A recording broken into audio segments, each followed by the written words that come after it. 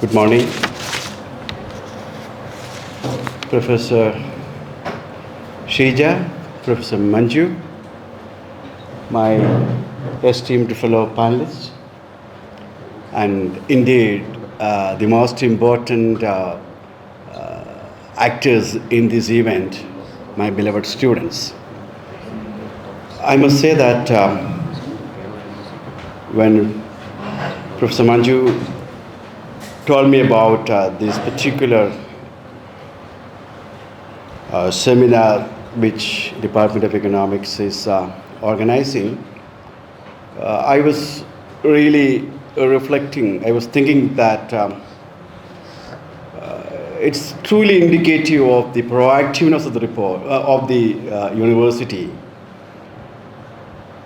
and it's also indicative of its uniqueness in a world wherein, by and large, we the teachers,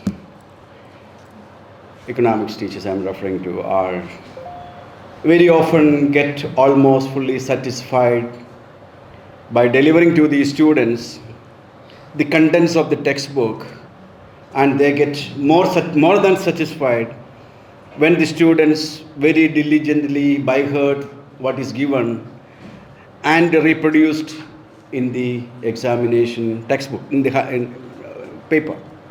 But here, organizing this kind of events, in essence, I myself is also in the business of doing this kind of things. I know the amount of difficulties, the strains and stress involved, satisfying the angularities of horrendous people like me. And of course, except I'm not referring to the panelists. It is along with other commitments which they have to do in terms of administration and teaching. So I place on record the department's initiative in terms of taking you out of the textbook and truly engaging the department in its destined mission of producing knowledge. And that knowledge, I personally feel, unlike I used to think when I was as a student, it is that knowledge creation is quintessentially a function of the learning space or the interactive space that is given by you, by the teachers. So, I often think that major problem with our economics teaching in our state. There are many other problems, but I personally feel that many of you come to the classroom with huge textbook of economics. In fact, I don't know. You were saying which textbook did you carry? Did you carry anything? Jinkan, Duet?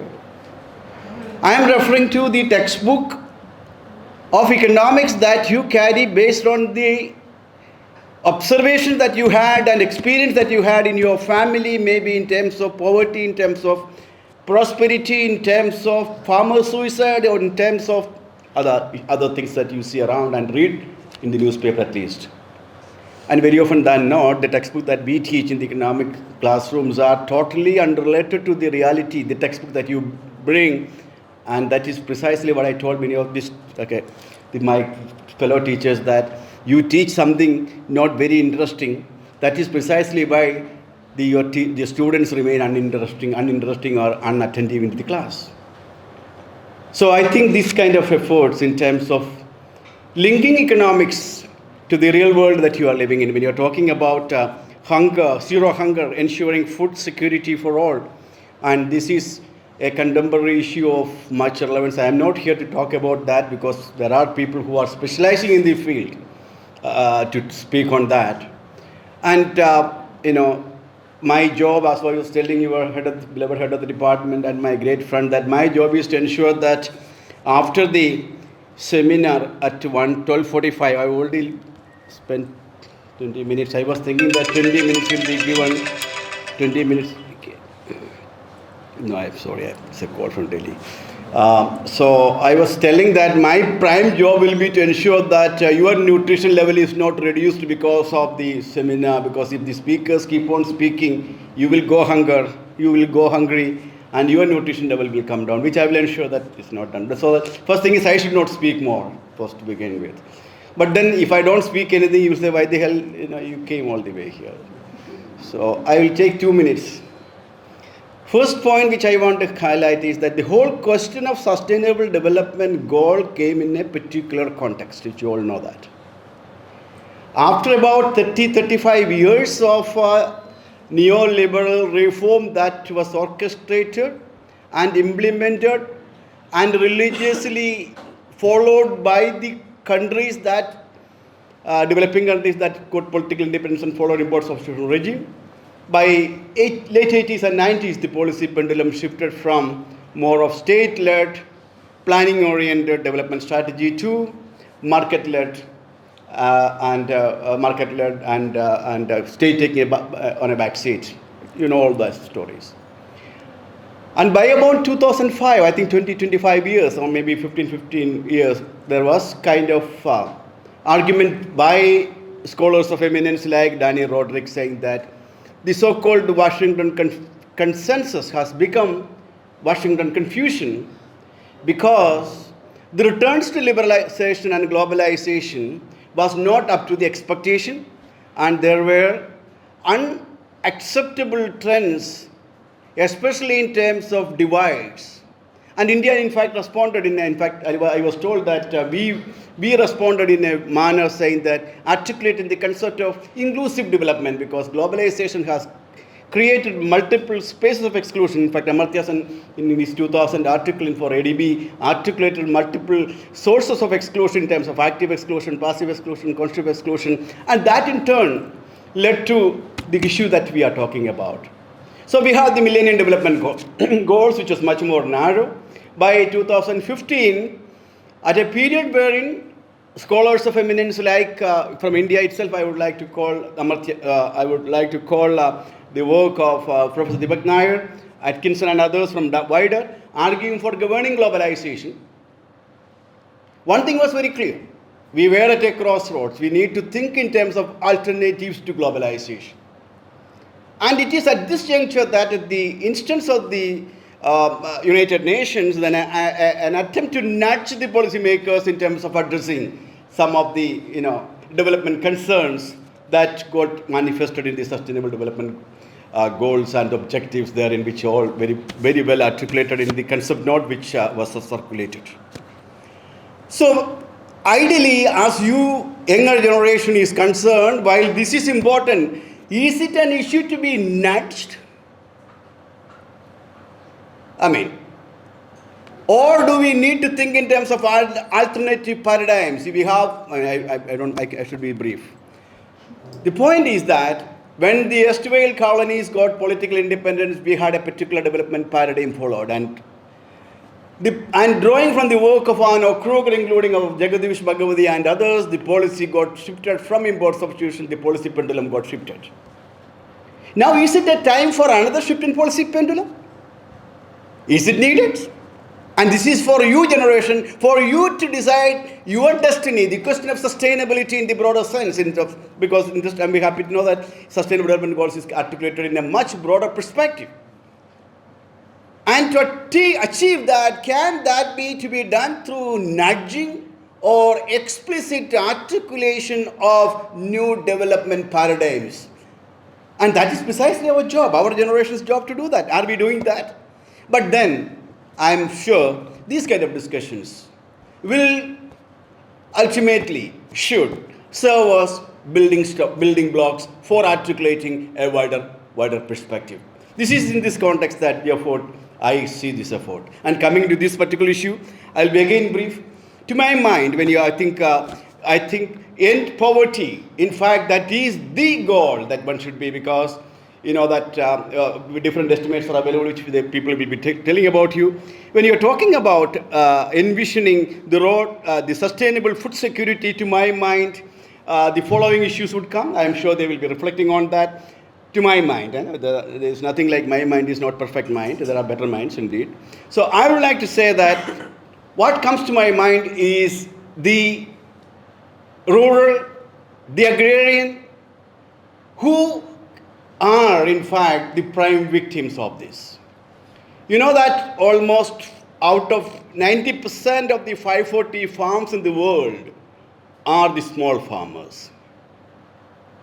And it is they who are instrumental in terms of ensuring food production.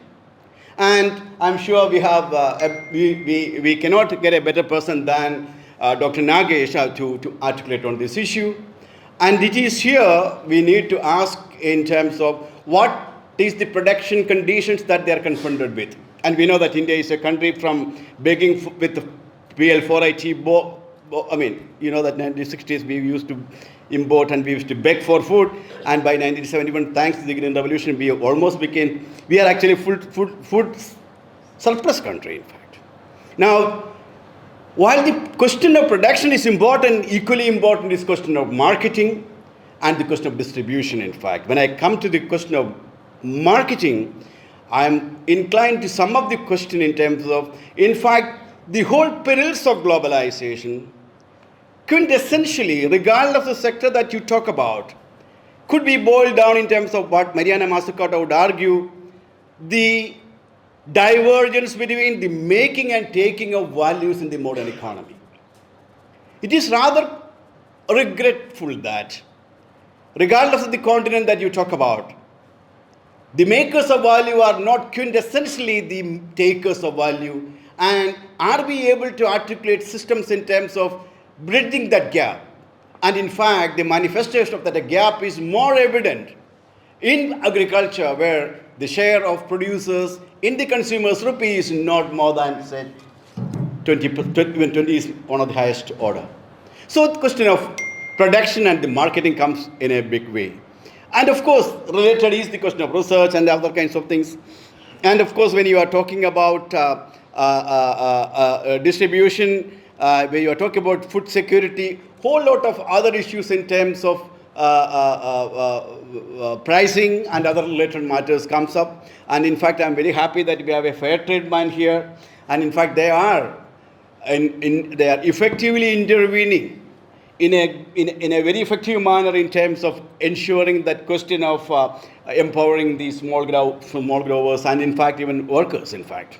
So I think I have already exceeded my time. The point which I want to say that from the remaining time, I have already taken almost 15 minutes. I should not have done that. So we will reduce. We will have a kind of equal distribution, in the sense that each speaker will take something like 15 minutes. Is good enough for you people?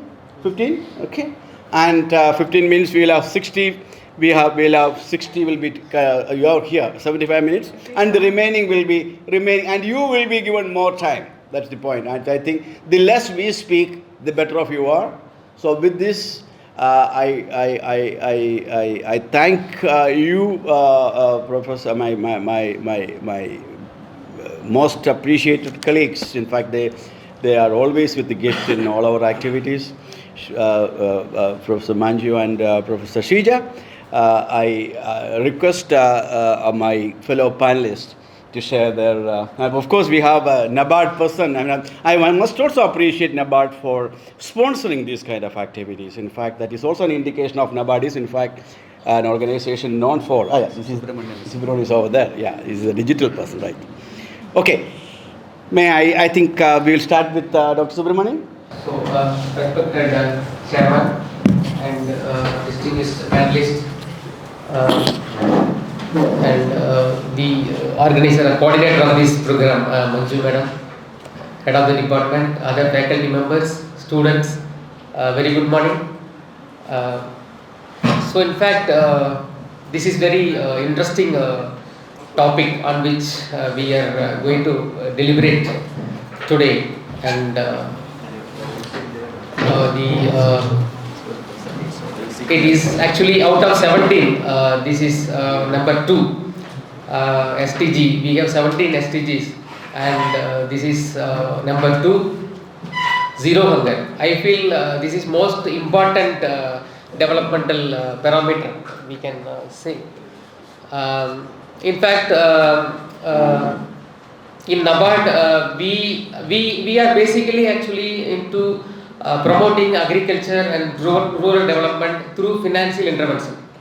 So you are aware that the development, either it is agriculture development or rural development, it is multi agents, multidisciplinary approach, and NABARD is one among those agencies which is actually doing its part for the development of agriculture and rural development in the country. So how actually each agencies will have different tools or mechanisms, strategies to address the problems. Agriculture, I would say, like NABARD, we are a financial institution. You might be aware, NABARD is an apex financial institution working for agriculture. So we use finance as the tool for the development of agriculture. So as I said, all these developmental goals, 17 developmental goals, some are other way, our products, our supports are addressing these goals.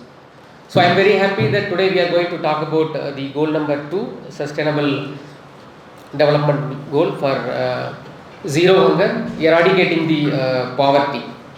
So rightly matched with the other term, sustainable food security, and now this we are not stopping with food security alone, we are going beyond that, nutritional security.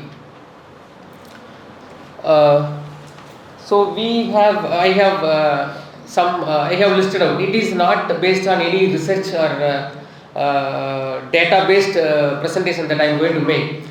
This is what I try to understand, what are the area where we can work more.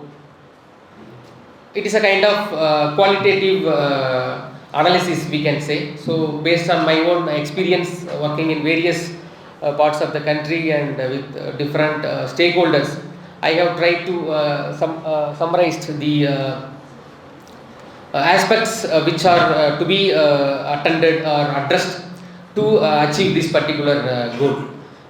So the first slide, so the sustainability, the term itself is it's not very straightforward, very clear thing.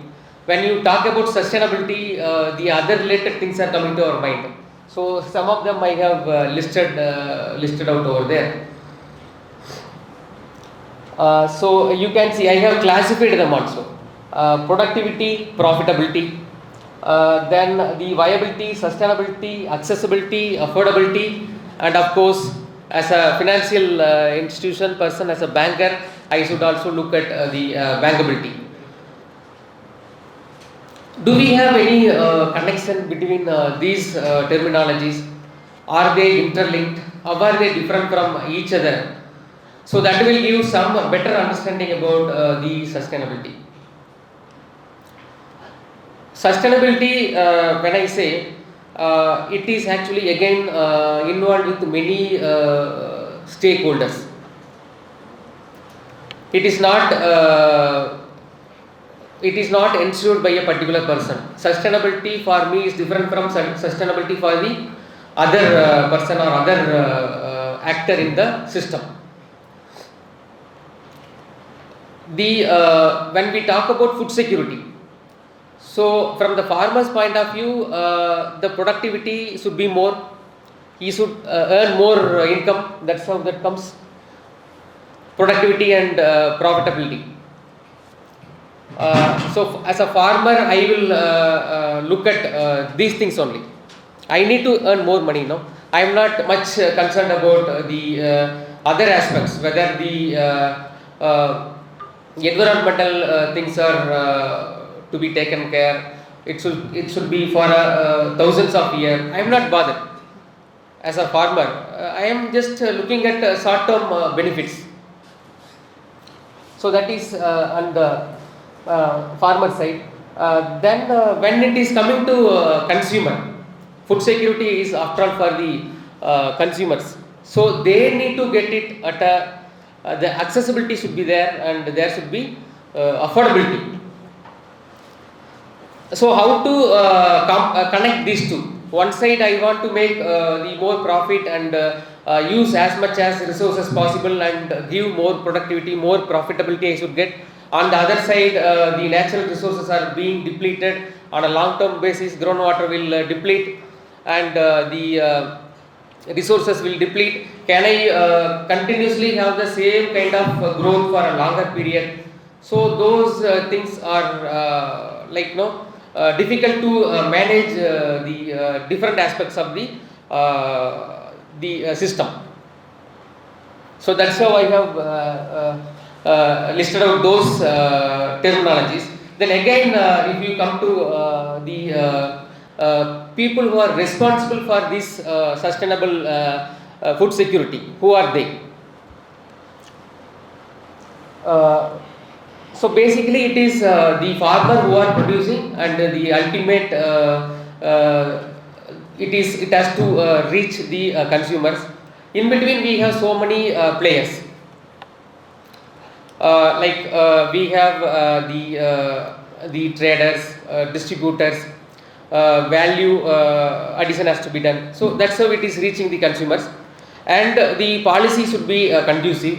Then there should be a support system like credit, bank credit should be there. So all these people will have to act on the particular objective.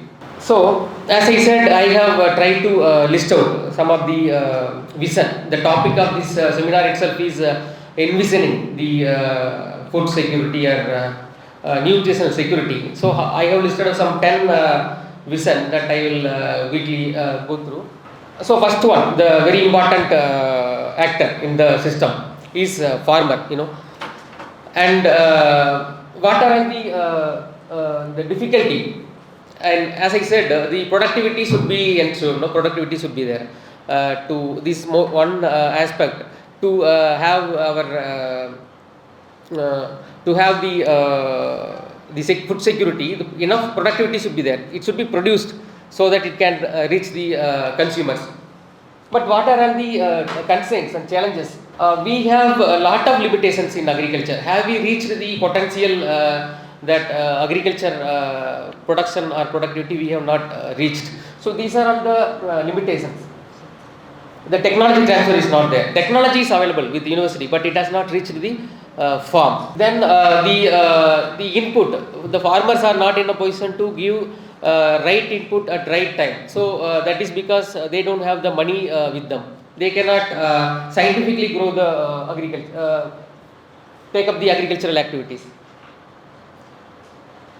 Then comes to distress sales from the farmer side. As they don't have money with them, they have to sell at a very lower price, because they cannot store it, process it, value add it and sell it. So these are all the limitations from the farmer side. So this we have to address. Once that is addressed, this could be when farmers are in a profitable position, they will do the cultivation for the people. So these are some of the thing I was just listing out.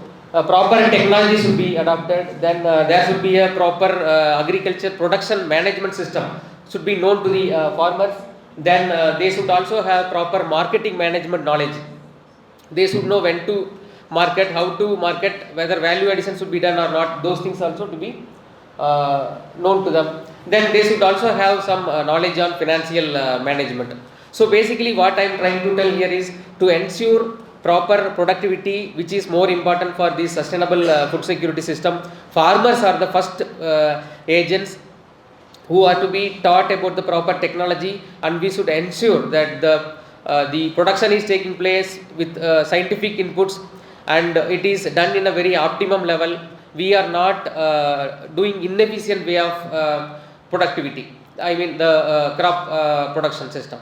So that is the first thing we should ensure. Whoever is responsible, whether it is from agriculture university or from financial institution, as I said, there are so many supporters for ensuring this particular goal. So this must be the first thing for ensuring the food security system. Next please.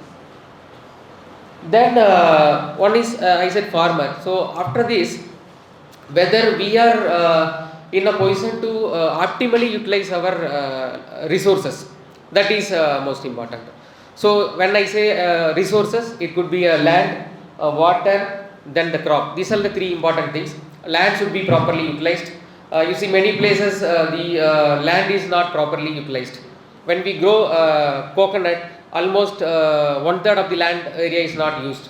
When we go for flood irrigation system, normal conventional irrigation system, only 30% of the water is being used. On the other hand, some more than 50% of the land is not being irrigated. It is under rainfed.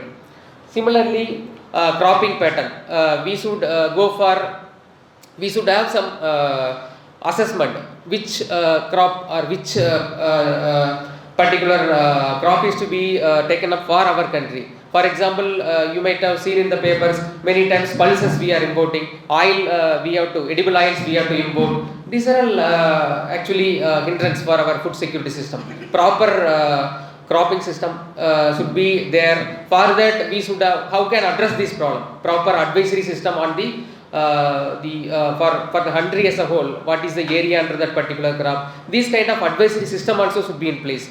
So that's how that's why I say that it is not one person. There are many departments who will have to work on this area. It is not just when we say food, the food security, it's not just agriculture alone. We should also think about the milk, meat and other aspects.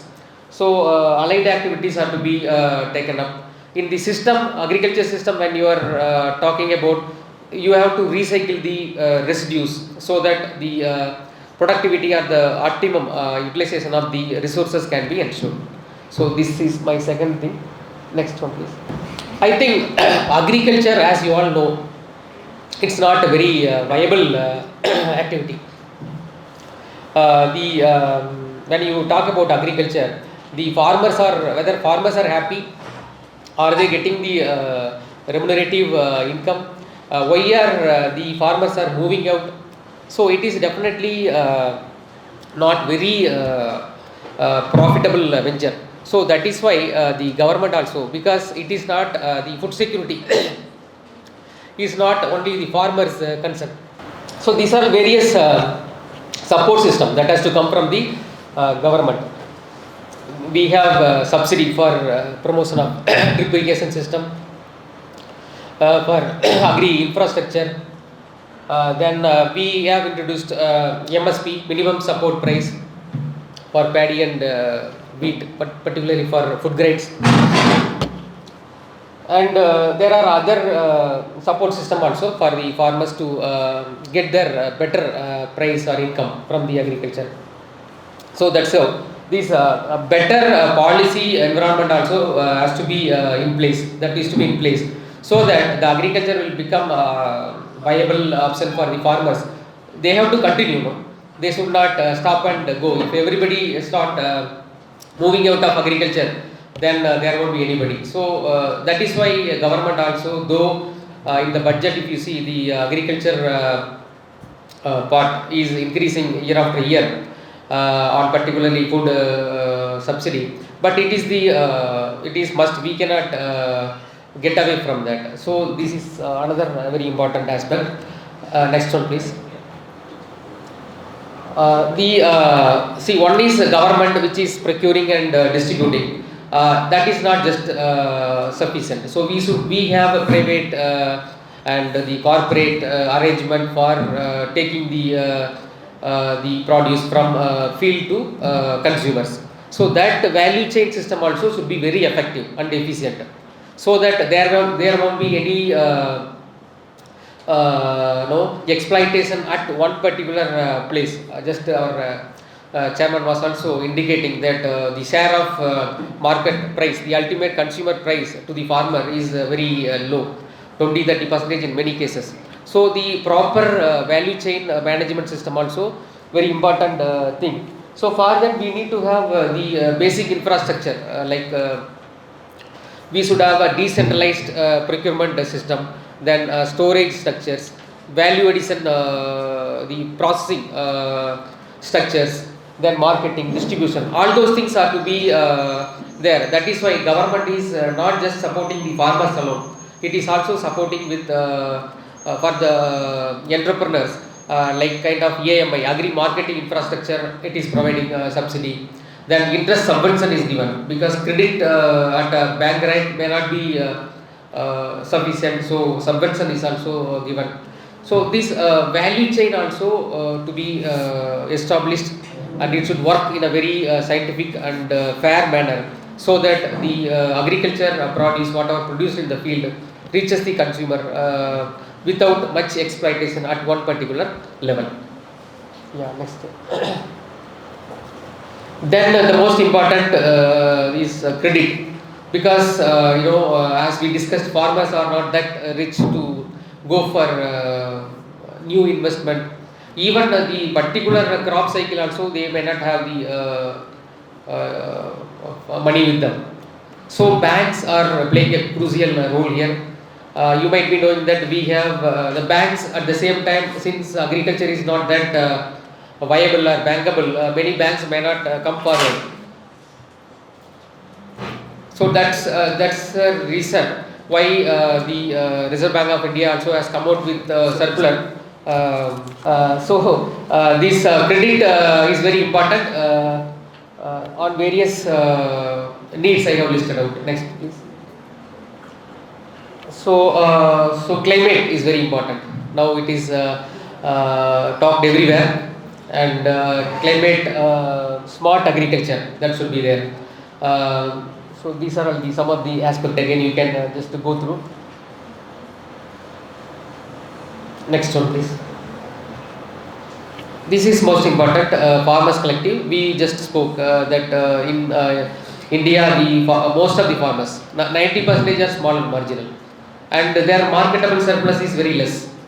So your all the food security comes from the marketable surplus only. So how to enhance it? How to have the aggregation, processing, all those things. When we have such small farmers and marginal farmers, Kerala is still host actually. Average land holding is only 0.18 hectare.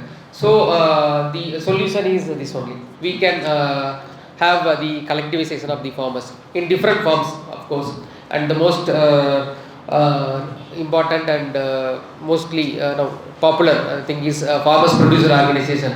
And NABARD is also promoting a lot of FPOs, and Government of Kerala, Government of India, all the agencies are now showing interest in this FPO promotion. So this is one aspect. Next, rainfed area, more than 50% is under rainfed. You know that the productivity is very low. As low, the irrigated area gives at least 5 times more productivity. So very important area to ensure the food productivity. Next, please. So the second part is nutritional aspect. Millets. This year is International Year of Millets, and NABARD is also supporting many programs on millets. So government has got schemes on all these things. Pulses, oil seeds, whether it is from agriculture department or even from university, research works are going on, and more credit is given from NABARD. Also we give 100% for these crops as loan. So next, please. Then of course this is also very important. We cannot just stop with our traditional farming activities. This should also go at least 5% or 10% of the farmers. Now we are talking about youth in agriculture, and this should be the area for them. So high tech farming, and the productivities will be 5 to 10 times more. You might have seen in the protective cultivation or polyhouse system. The yield is amazing, and it is actually climate independent. So these are the area where the at least youngsters, they have to take up these activities. So these are all some of the thoughts which I had, which can actually ensure our food security. Next one, please. This is just I listed out how we work actually to address these problems on various whatever 10 points that I have listed out. NABARD in one or another form addressing these problems through our various funding, either grant or loan product. These things are addressed. You can see either it is either technology transfer, water set for rainfed farming, the rural infrastructure could be irrigation, road connectivity, then FPO, then the credit support for the agriculture. All these things are addressed actually through our program. So this is what my take on this particular topic. Thank you so much. About the Bertrand Commission report of 1987, where they defined sustainability in terms of needs of, not compromising on the need, satisfying our needs without compromising the ability of the future generation to satisfy their own needs. And what he raised there is in fact an interesting articulation of Amartya Sen's critique to that particular report, saying that human beings are not just like animals with needs. We are much more than that. And what he has done is alternative is a sustainability perspective articulated in terms of capabilities and freedoms, which you know is, in fact, from our network we consider capability and competence. The capability is, I would say, there's a difference between capability and competence is something like invention and innovation. Invention is acquired by a lot of things which are found in the laboratories, and unless that you translate that invention to commercial production, innovation, that's innovation. So that is capability and competence. So I would say that what he is actually articulating is in terms of translating and seeing and what the need for competence building of the farmers at different levels in terms of production, productivity, marketing, and all kinds of things. I think you are eminently, I think it's something which you should reflect on, and I think it has given enough food for you people to think further and work on. Thank you very much. And I think we are going to have an excellent, because we cannot get better than Nagesh to complement this. To you, Respected Professor K. Joseph, eminent speakers, faculty, and my dear students. So, I think I will navigate through the speech in both English and Malayalam. How many of you doesn't understand? There are a few who they are from other countries. Okay, so I'll go in English, right? You won't be able to cut many of your jobs. Okay, so let me ask you a small question. How many SDGs are there? 17. Okay. Zero hunger, right? That's what we are discussing now. How many indicators are there?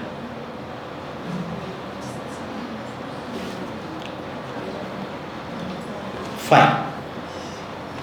5 indicators are there. The focus areas of indicators are access to food grains at subsidized prices, which has to be taken care of by the agriculture sector, and also the supplies, the civil supplies and PDS, and at the government level and the corporate, when it involves into the government procurement and distribution mechanism from the logistics part. And of course our IT man is here, he'll talk about how IT has to merge into this particular indicator. Then stunting and wasting in under 5 children. So below 5 is the focus category. We have to prevent stunting. Then again, 2 things: agriculture productivity and gross value added per worker. So these 2 are again addressed by the agriculture sector and the industry. When agriculture becomes the backward linkage for the industry, the raw materials have to follow the flow from agriculture to industry and also to the service sector because the workers. So what I wanted to tell you is that agriculture nowadays, when we address zero hunger, when we address the SDG 2, it is not only confined to a small sector or a department or a large chunk of workers or primary, secondary, and it pervades from primary to secondary to tertiary sector. Right? So it has to be addressed in its entirety. I don't have time. Chair has not given time for a detailed presentation, but I will confine myself to three things of food production, that is productivity, profitability and sustainability. Kerala has a 14th 5-year plan, and these are the three keywords through which we navigate the plan: the productivity, profitability and sustainability. The Economic Review 2022, most of you might have gone through at least a few pages. GSDP grew at 12.01% in Kerala. So GSDP is a key element. So the growth of GSDP has been substantial. And agriculture grew at 4.64%, and this is a very positive signal. So, is the picture so rosy? No. We have a definite task to achieve. I told you three terms: productivity, profitability and sustainability.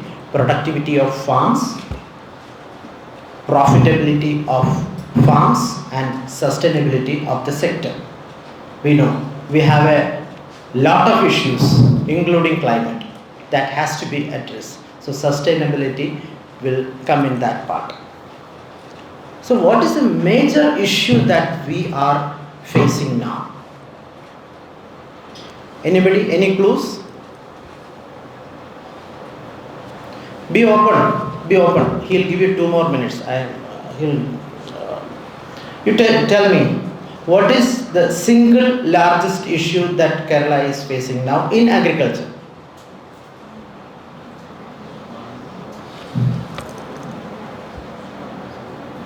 Be responsive.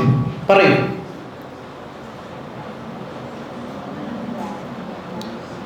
People think that farming is not profitable, so they try to step into other sectors. Okay, so there is a migration from this to that. Okay, because incomes are lower. Yeah. Why? Yes. Who told productivity? Productivity is low. The yield gap, so to say, the yield gap is very high. We had studied, Planning Board had studied, you might have gone through the Kerala Development Report 2021. The yield gap has been studied as a percentage between the potential yield and average yield. For your information, I'll just tell you what was the yield gap in some of the crops. Rice, it was 96%.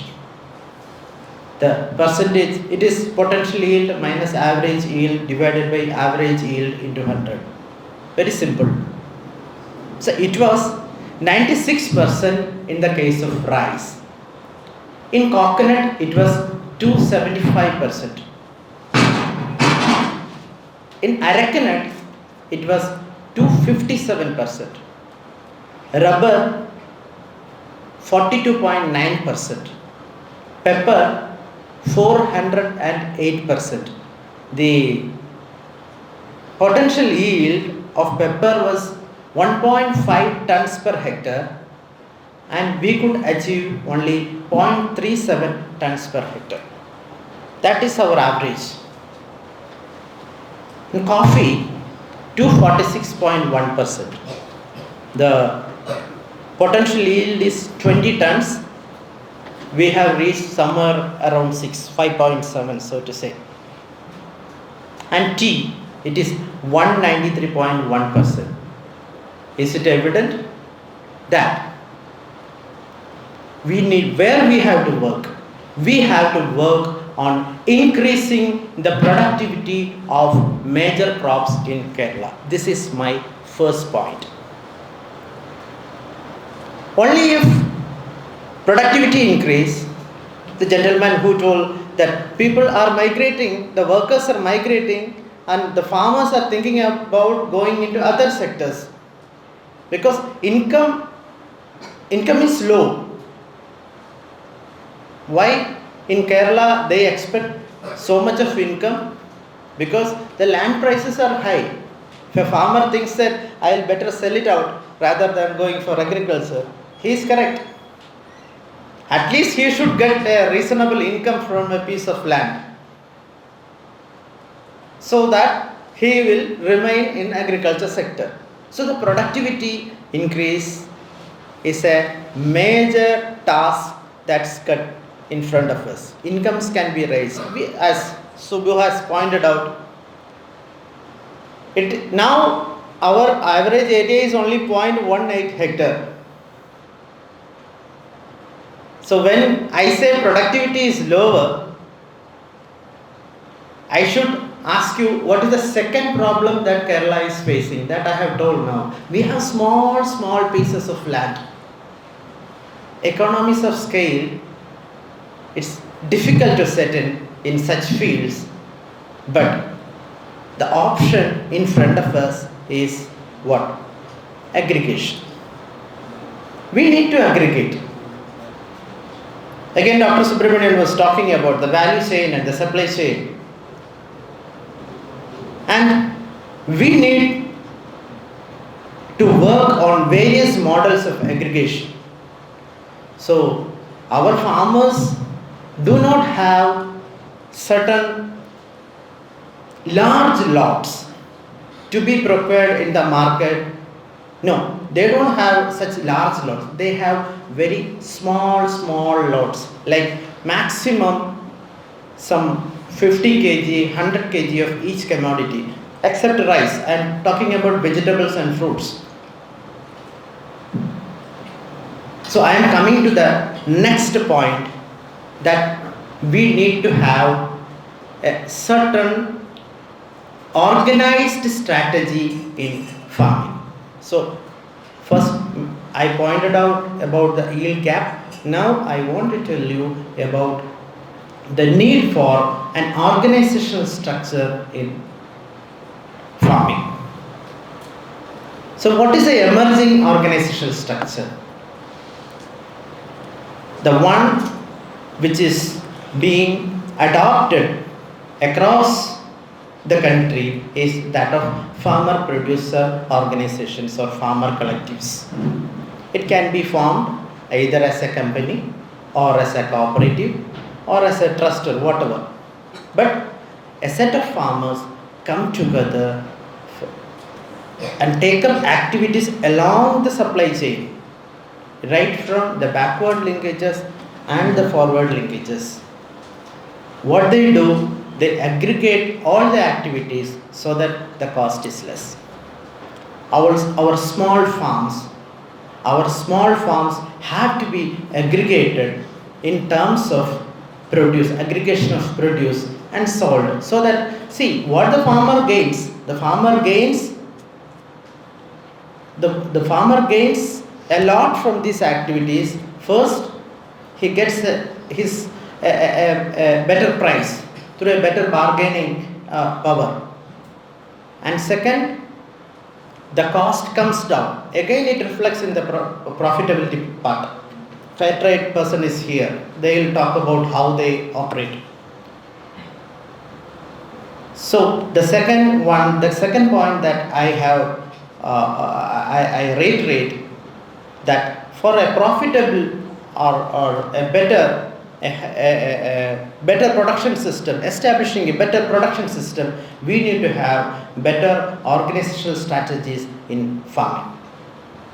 And third, technology.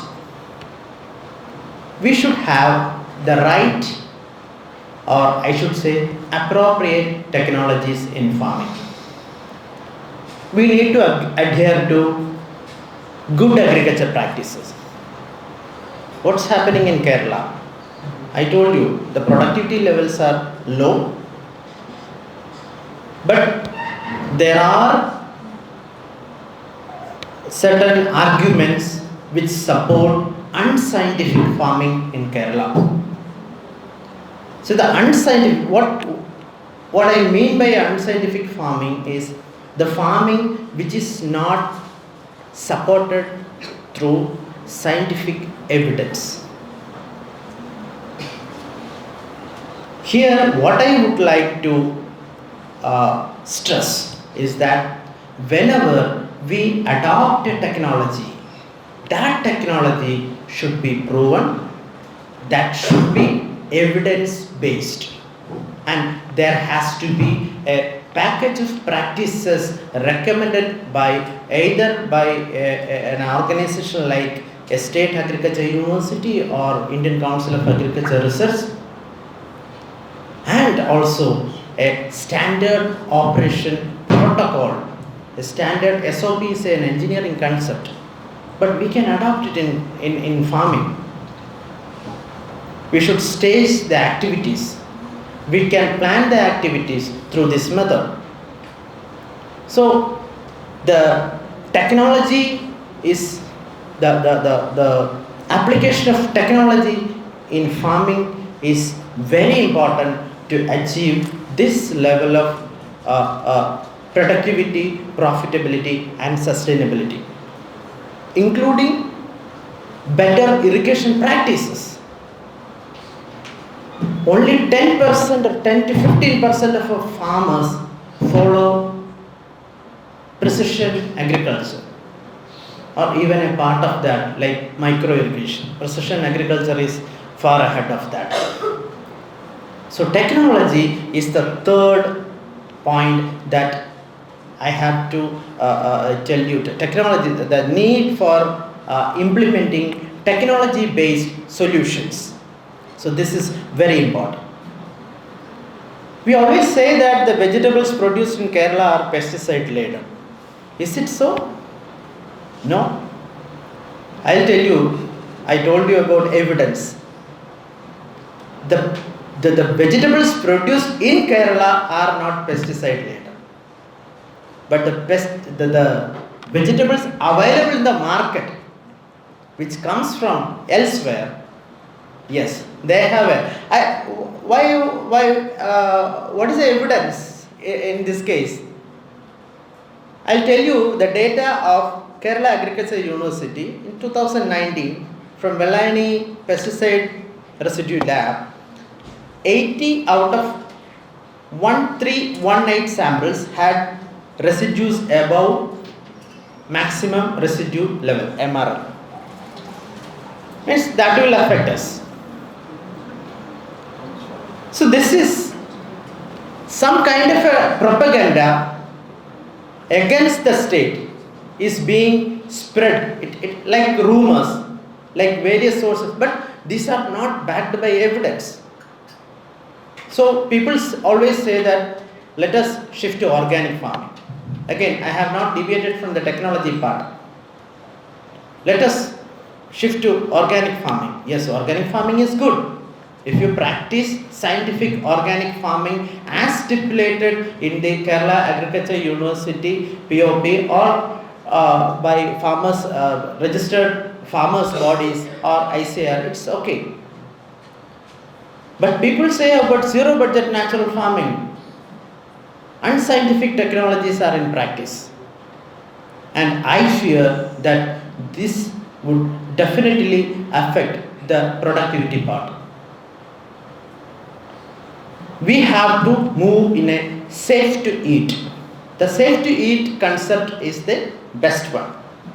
we have to apply chemical fertilizers, we have to apply organic fertilizers, we have to apply pesticides in the correct dose. So scientific technology should be in play.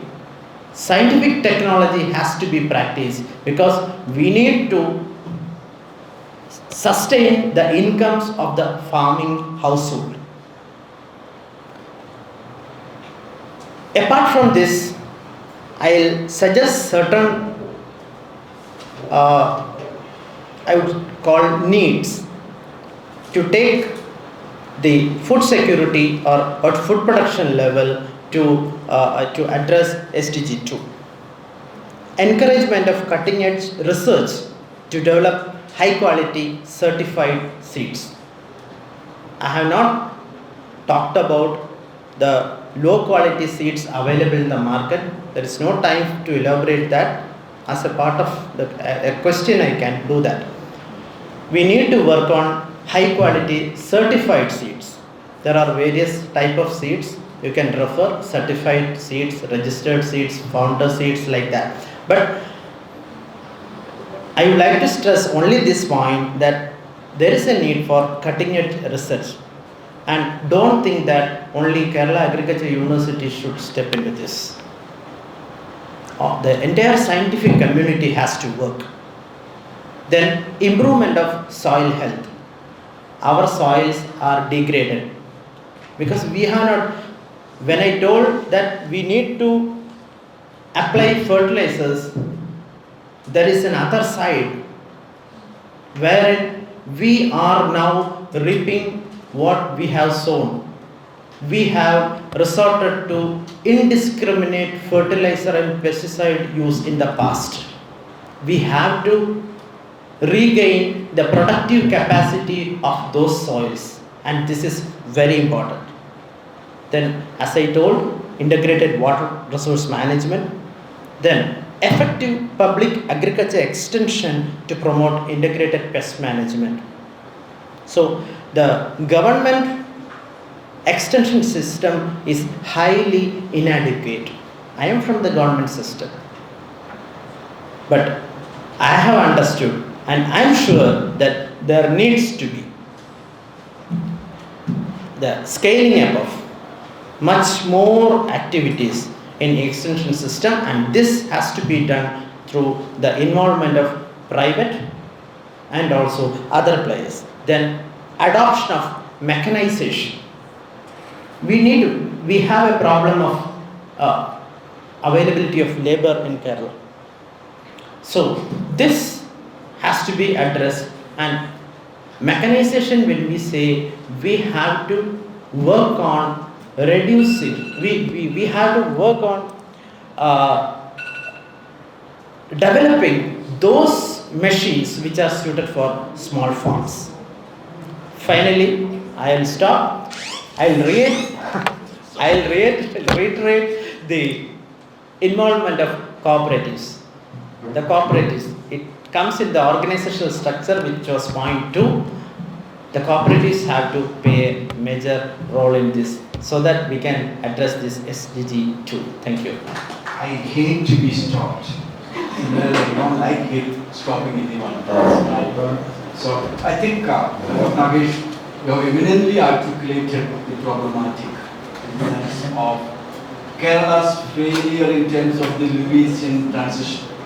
We have a situation like 19% of the population is doing agriculture, but they don't contribute not more than say 8%, 9% of the GSP. Here lies low productivity. And that low productivity is a function, is to attribute a whole lot of questions, but I will sum up everything that you said in terms of one sentence. You need to be more innovative, technological, in marketing, institution, organization. Having said this, I'll just put one more point to your consideration, to our consideration. Why our yield index is low? There is one single crop that stands head and shoulders above in Kerala sea, cardamom. The productivity record is unmatched in Indian history by a single farmer. Now, kindly don't reduce the knowledge only to university and such areas. Scientific knowledge is important. When you talk to development, along with scientific knowledge, synthetic knowledge, experience-based knowledge is equally important. We have a number of farmers who got innovation awards, national innovation awards from the president of the country. So I would like to supplement your point. You said that it should not be left only to KAU. I fully agree with you. The knowledge is not just the prerogative and monopoly of the so-called scientist, but not so-called, the scientist. In fact, many of the farmers whom I know are in fact better informed than the so narrow entomologists, or they have much broad-based understanding in fact. So we need to work harness that in addressing. But I fully appreciate the whole set of issues that you highlighted. Very important. Thank you very much. Now, over to Mr. Thomas Kalappurackal. Please. Manju Chair, Manju Manju, Panelists, വിദ്യാർത്ഥികൾ, സുഹൃത്തുക്കൾ, സ്ഥായിയായ സുസ്ഥിരമായ ഭക്ഷ്യസുരക്ഷയും പോഷക സമൃദ്ധി ഒരുപക്ഷെ വളരെ കാലികമായിട്ടുള്ള, ഒരുപക്ഷെ ഇന്ന് ഇന്ത്യയും പ്രത്യേകിച്ച് കേരളവും അഭിമുഖീകരിക്കുന്ന ഒരു വലിയ വിഷയത്തിൻ്റെ ചർച്ച തന്നെയാണത്. സുസ്ഥിര കൃഷി ചെറുകിട കൃഷിയാണെന്നാണ് ഇന്ന് ലോകത്തിലെ മൊത്തം അനുഭവം. ചെറുകിട കൃഷിയിലൂടെയാണ് നമ്മുടെ സുസ്ഥിര കൃഷി യഥാർത്ഥത്തിൽ. നമുക്കറിയാം, വൻ കോർപ്പറേറ്റുകളുടെ വലിയ കോർപ്പറേറ്റ് കൃഷിയെ നമുക്ക് ഇത്തരത്തിലുള്ള സുസ്ഥിര കൃഷിയായി പറയാൻ പറ്റുമോ എന്ന് സംശയമുണ്ട്. ഏകവിള കേന്ദ്രീകൃതമായ വൻകിട കൃഷിയിടങ്ങൾ ജൈവ വൈവിധ്യത്തിനും വൈവിധ്യത്തിലൂന്നിയ ഭക്ഷ്യ സുരക്ഷയ്ക്കും ഭീഷണിയാണ്. നമുക്കറിയാം, നമ്മുടെ ഒരുപക്ഷെ നമ്മുടെ ചെറുപ്പകാലത്തൊക്കെ നമ്മളൊക്കെ ചൊല്ലിക്കൊണ്ടിരുന്ന ഒരു സാധനമുണ്ട്, താളും തകരയും മുമ്മാസം, ചക്കയും മാങ്ങയും മുമ്മാസം, അങ്ങനെ ഇങ്ങനെ മുമ്മാസം. അങ്ങനെ 12 മാസവും നമ്മുടെ സുഭിക്ഷമായ ന്യൂട്രീഷൻ ഫുഡ് നമ്മൾ ഒരുപക്ഷെ തൊടിയിൽ നിന്ന് തന്നെ കഴിക്കുന്ന ഒരു ഘട്ടം. അതിൽ നിന്ന് വ്യത്യസ്തമായി നമ്മുടെ അടുക്കളയുടെ ഭക്ഷണ കൊട്ടയുടെ രീതി മാറുകയും വൈവിധ്യത്തെ പൂർണ്ണമായി തള്ളിക്കളയുന്ന തരത്തിലേക്ക് നമ്മുടെ കൃഷിയിടവും കൃഷിയുടെ പരിപാലനവും കൃഷി രീതികളും മാറുകയും ചെയ്യുന്നിടത്താണ് നമ്മുടെ ന്യൂട്രീഷൻ്റെ പ്രശ്നം ഉണ്ടാകുക, നമ്മുടെ വൈവിധ്യത്തിൻ്റെ പ്രശ്നം ഉണ്ടാകുക, നമ്മുടെ ഭക്ഷണക്കൊട്ടയുടെ പ്രശ്നം ഉണ്ടാകുക, അതോടൊപ്പം നമ്മുടെ ജീവിതത്തിൻ്റെയും ആരോഗ്യത്തിൻ്റെയും പ്രശ്നങ്ങൾ ഉണ്ടാകും. പോഷക സുരക്ഷയുടെ മുന്നുപാധിയാണ് ഭക്ഷ്യക്കൊട്ടയുടെ വൈവിധ്യം. ആ ഭക്ഷ്യക്കൊട്ടയുടെ വൈവിധ്യത്തിലൂടെ മാത്രമേ നമ്മുടെ പോഷക സുരക്ഷ പൂർണ്ണമായി നമ്മൾക്ക് നേടിക്കാൻ പറ്റുള്ളൂ. നമുക്കറിയാം, ഇന്നത്തെ കുട്ടികളെല്ലാം ഒരുപക്ഷെ ഈ പച്ചക്കറിയിൽ നിന്നൊക്കെ മാറി എല്ലാവരും നിങ്ങൾ ജങ്ക് ഫുഡ് കഴിക്കുന്ന ആളുകളാണ്. അതിൽ നിന്ന് നമുക്ക് ഉണ്ടാകാവുന്ന വീണ്ടും നമ്മൾ നമ്മുടെ അടുക്കളയെ തിരിച്ചു പിടിക്കുക എന്നുള്ളൊരു വലിയ ദൗത്യത്തിലേക്ക് കൂടി നമ്മളിതിലേക്ക് പോകുന്നു. കേരളത്തിലെ പുരയിട കൃഷിയുടെ മാനദണ്ഡം തന്നെ മുൻകാലങ്ങളിൽ അടുക്കളയുടെ വിവിധങ്ങളായ ആവശ്യങ്ങളെ നിറവേറ്റുന്നത് മാത്രമായിരുന്നു. നമ്മുടെ അടുക്കളയുടെ ആവശ്യങ്ങളെ നിറവേറ്റുക എന്നുള്ളതിന് ഏറ്റവും പ്രധാനം. പിന്നീടാണ് അതിനെ കൊമേഴ്സ്യലായി വരുന്നത്. വിളവൈവിധ്യം അതിൻ്റെ മുഖമുദ്ര തന്നെയാണ്. നമുക്കറിയാം, ഒരു തൊടിയിൽ തന്നെ ഞങ്ങളുടെ എത്രയോ ഇനമാണ് നമ്മൾ വളർത്തിയിരുന്നത്. കാലാവസ്ഥാ വ്യതിയാനത്തിന് വെല്ലുവിളികൾ നേരിടുന്ന ഇക്കാലത്ത് വൈവിധ്യം പുനഃസ്ഥാപിക്കേണ്ടത് ഭൂമിയുടെ നിലനിൽപ്പിൽ തന്നെ പ്രധാനമായിട്ടുള്ള കാര്യമാണ്. ഞാൻ എക്സ്പ്ലെയിൻ ചെയ്യേണ്ട സമയത്തിൻ്റെ പരിമിതികളുണ്ട്.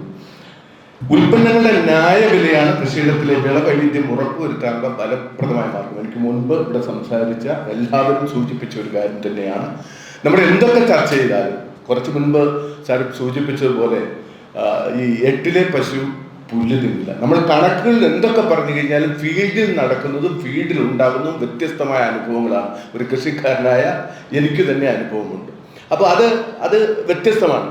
ഈ കണക്കും ഫീൽഡും തമ്മിൽ ഒരുപാട് വ്യത്യാസമുണ്ട്. അത് സാർ സൂചിപ്പിച്ച പോലെ തന്നെ ഗവൺമെൻറ്റിൻ്റെ ഭാഗത്തു നിന്നുള്ള ഒട്ടനവധി മാറ്റങ്ങൾ ഇതിനകത്ത് ഉണ്ടായെങ്കിൽ മാത്രമേ അതുമായി ബന്ധപ്പെട്ട് നമുക്ക് മുൻപോട്ട് പോകാൻ കഴിയുള്ളൂ.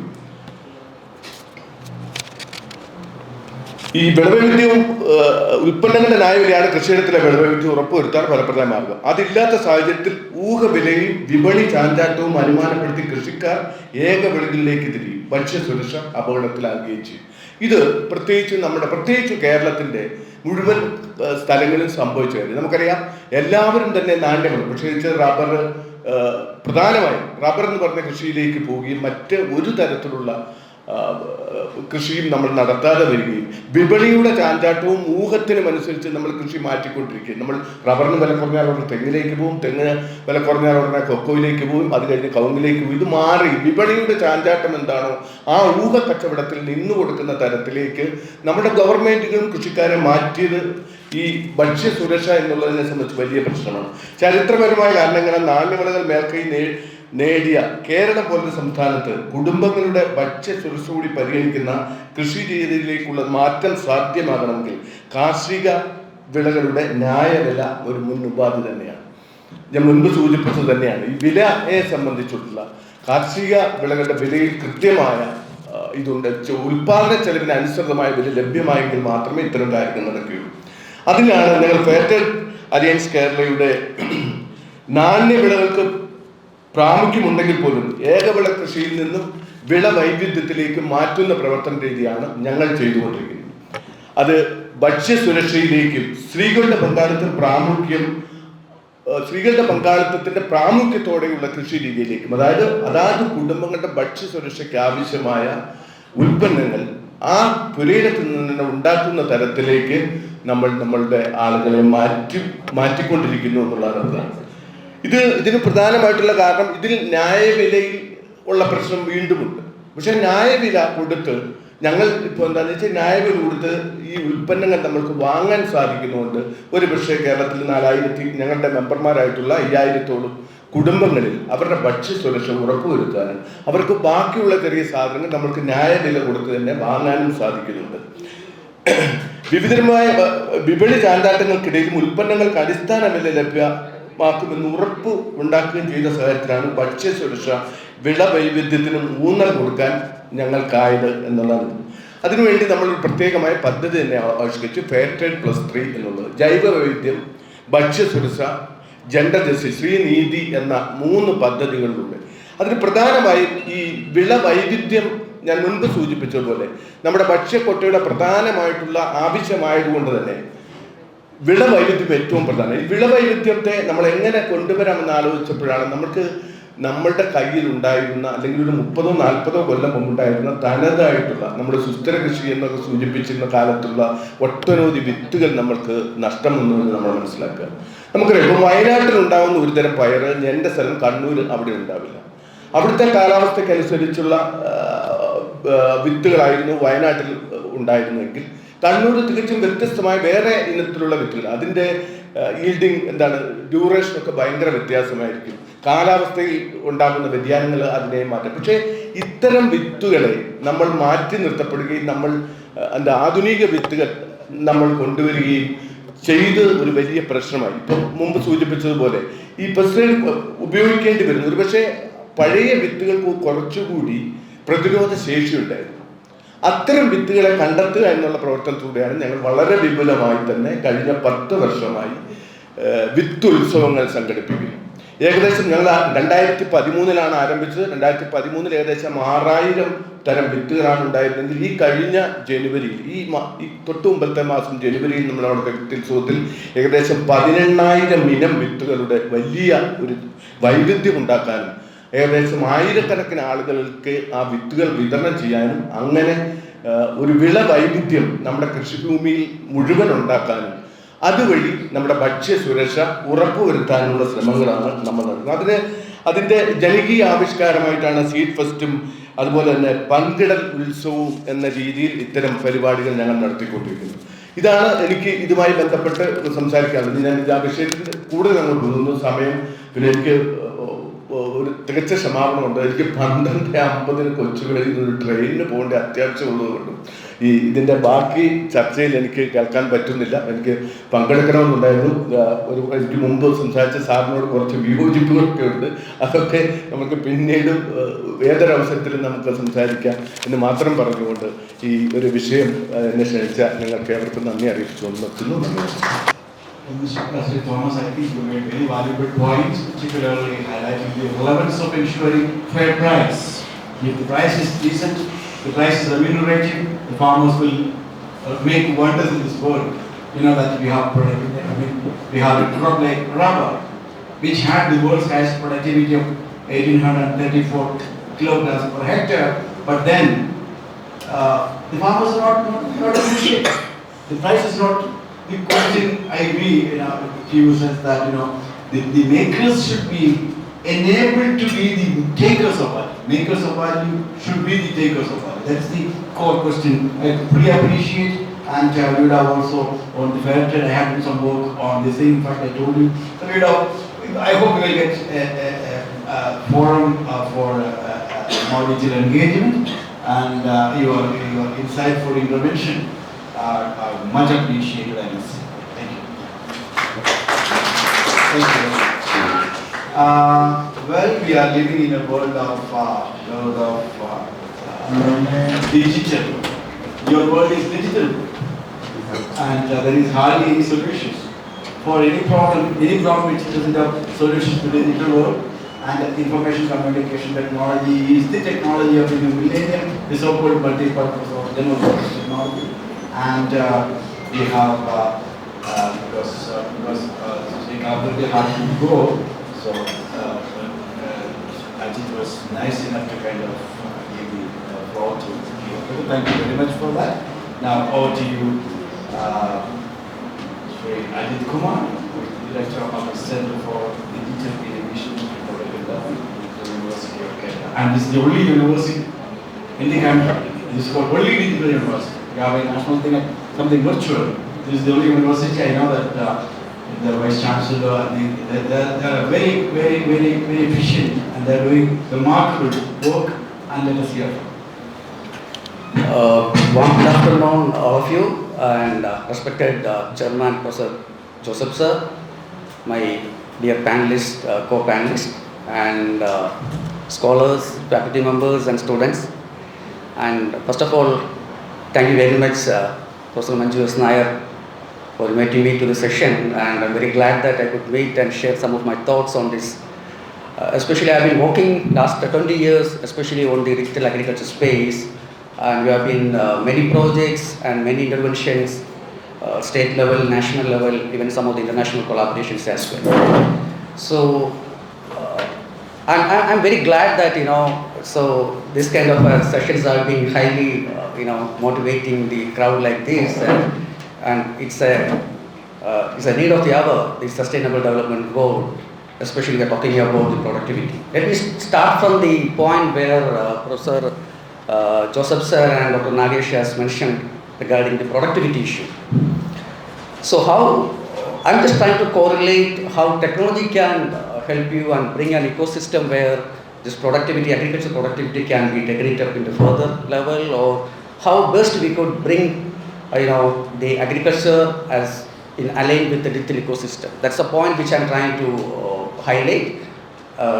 So I'll assure Chairman that I will balance the nutritional point with the audience as well as yours. Let me. you. You are the only person who can give the word. Sure. I hope I have 15 minutes time, right? Okay, fine. Please have it. Next slide, please. Yeah. So we have been talking about the point number 2, the goal number 2, especially on the zero hunger point. I'm very sure that especially I'll be giving you an insights on the global level, but it's highly relevant for the context of India as well as especially to digitally state like Kerala. Okay, move on please. So if you look at it, we have many challenges. We have been facing, especially in the context of agricultural productivity. Like we have a 9.7 billion to be fed, and the population is expected by 9.7 billion in the 2050, and the feeding requirement is going to be very high, and we have to be very careful how we are going to feed them. And the climate change is, as you know, is going to be a very increasing challenge, and nowadays how we address this climate change. Especially the agriculture is going to be purely on the weather dependent parameter, and 84% of the world's farmers are, as you know, is a small holding farmers, and they produce 34% of the world's food. So that's a very important point. We are talking about a situation where the smallholding farmers are going to be drive the entire productivity sector. So the point is, the challenge again, the point is like you have a very low productivity, poor efficiency, and the effects of climate change is also going to be a major challenge. So that means you have to have a mechanism where to increase the productivity. How do we increase the productivity? Is there a mechanism where we can give a facilitating role as a digital, as a facilitating role to increase the productivity? That's going to be a major point of discussion. Yeah, move on. So if you look at it, if you look at it from the global scenario, the significant impact on the environment is also very important, because we are consuming like more large amount of natural resources like fresh water, which are depleting very rapidly, and the expansion of land is also one of the major problems. And you look at it, any expansion is require a deforestation. Is it the right way to move? That's also a point of to ponder. And the future generation, if you look at it, it becomes more sustainable environmentally, economically, and socially through applying technology and digital innovation. That's the point we need to be highlighted. How a digital ecosystem can facilitate and how a digital ecosystem can help the farming community to take up this challenge. That's the point. Please. So if you look at it, we are connected, So if you look at it, all the people we are on the mobile, we are on the connectivity space is getting rapidly increased. And if you look at it, 6 million people have a mobile phone. That is much more than having access to the toilet. That is all. The game changer is you have a very efficient mechanism to access the data and information. So how best we can make use of this platform? That's an important point. Please. So you look at this picture. In 2005, if you look at it, it's a scenario from the globalists, from FAO. If you look at it, when you have a gathering, the time of 2005, where you have the people have very patience to listen to the speaker, right? But if you change to 2022, if you look at it, the crowd, they have been accessed more with the device. So that's the scenario. So from 2005 to 2022, if you look at it, so this is where the technology is being rapidly, connected us. Yeah. So there's a high impact on SDG, especially in the context of agriculture productivity system. Like you have many artificial products are coming up in the market, biofortified crops, drones, robotics, vertical agriculture, GM, genetically modified crops are coming up. Even molecular printing is coming up as a big role, and biological replacing. And so there are many technological innovations are happening. It's highly inclined to the SDG goals. Okay, please move on. So if you look at this data, it's a technology-driven agriculture. If you look at it, at 50% or higher than the adoption rate is more than 50%. Especially I'm talking about the agriculture technologies. And 30 to 40%, it gives statistics say that you get a high yield, and if you are going to a technology adoption, and 20 to 25% increase the farmer's income. And 30 to 45% or times you have return on farmers' income, and 10x. And if you go look at the cost savings of public system, so this is the internationally figures coming from the FAO. Okay, so that's the relevance where you can look at how best the technology can drive you. Yeah, and I just want to give you some examples from technological interventions on agriculture space. And you may think that I'm giving a global scenario, but it's highly relevant in the context of the Indian as well as the Kerala context. And Nair sir, he is here right away. There are many interventions happening in the context of Kerala also. The technological interventions are coming up. I think being a digitally inclined states and highly accepted rate of technology adoption, I think it's the right place to start. I think the policy level, government is also coming up with many interventions on technology-driven agriculture process. So if you look at it, we have been talking about the productivity, and labor is one of the major concerns, you know that. So there's a right time people are thinking about robotics applications. There are many interventions happening in the context of agriculture, like it's a significant amount of manual labor can be bring down. So what do you think about a robot could do in agriculture? There are many cases. There are many use cases available in front of us, the high relevant applications of robotics. And even you can just look at some of the good use cases in India as well as even Kashmir. If you do that, the apples are being picked up by robots.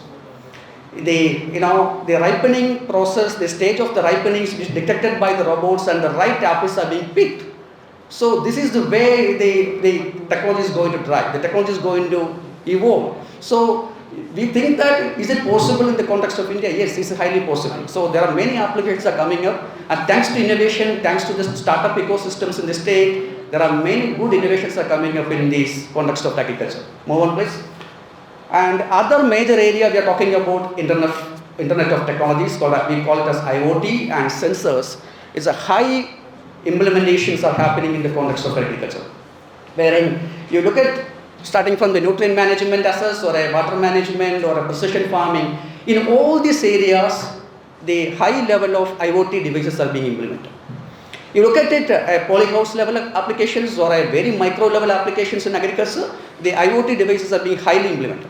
When we have implemented many cases, in our own university, we have our own ecosystems where the IoT level implementations are being. Even you can mount a sensor to assess the soil nutrient status, whether either a pH or a electroconductivity or a micronutrients or a primary nutrients or secondary nutrients, the sensors are being highly. I am very sure on the coming policy level, the plans, I think people like Nair sir, who has a high inclination towards the technology, is coming up with the good plans that the massive use of technologies like precision farming and agriculture high-end technologies are coming up.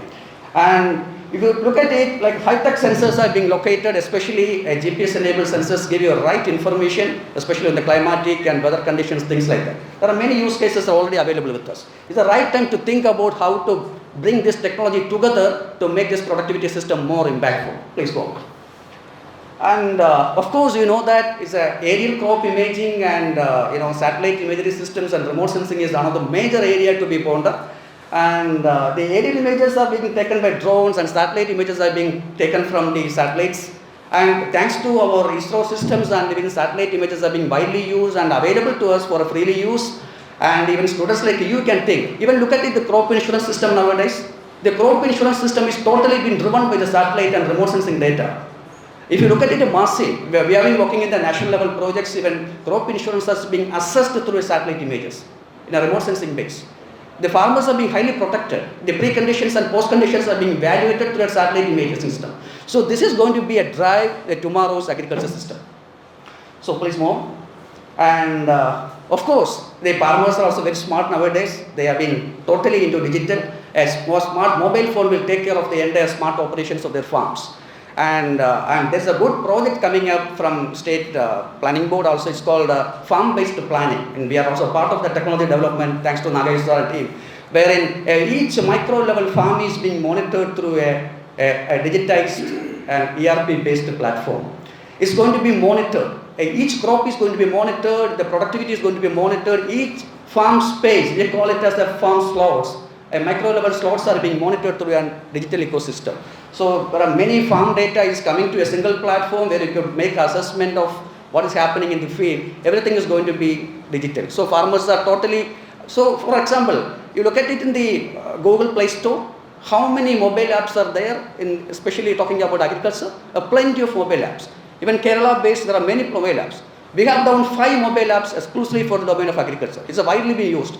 It's more than 2 million people have been downloaded and being used. So there are many such use cases are available to us.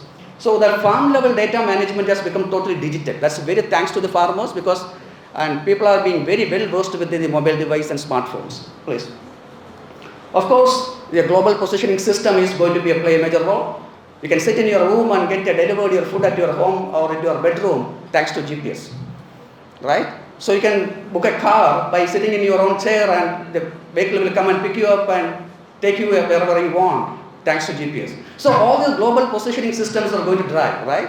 So this, thanks to again the satellite and a very powerful network is available to us. So you can very well make use of this technology, especially for the case of agriculture. So I'm very sure these tomorrow's agriculture are going to be driven by using this combination of these technologies. Move on.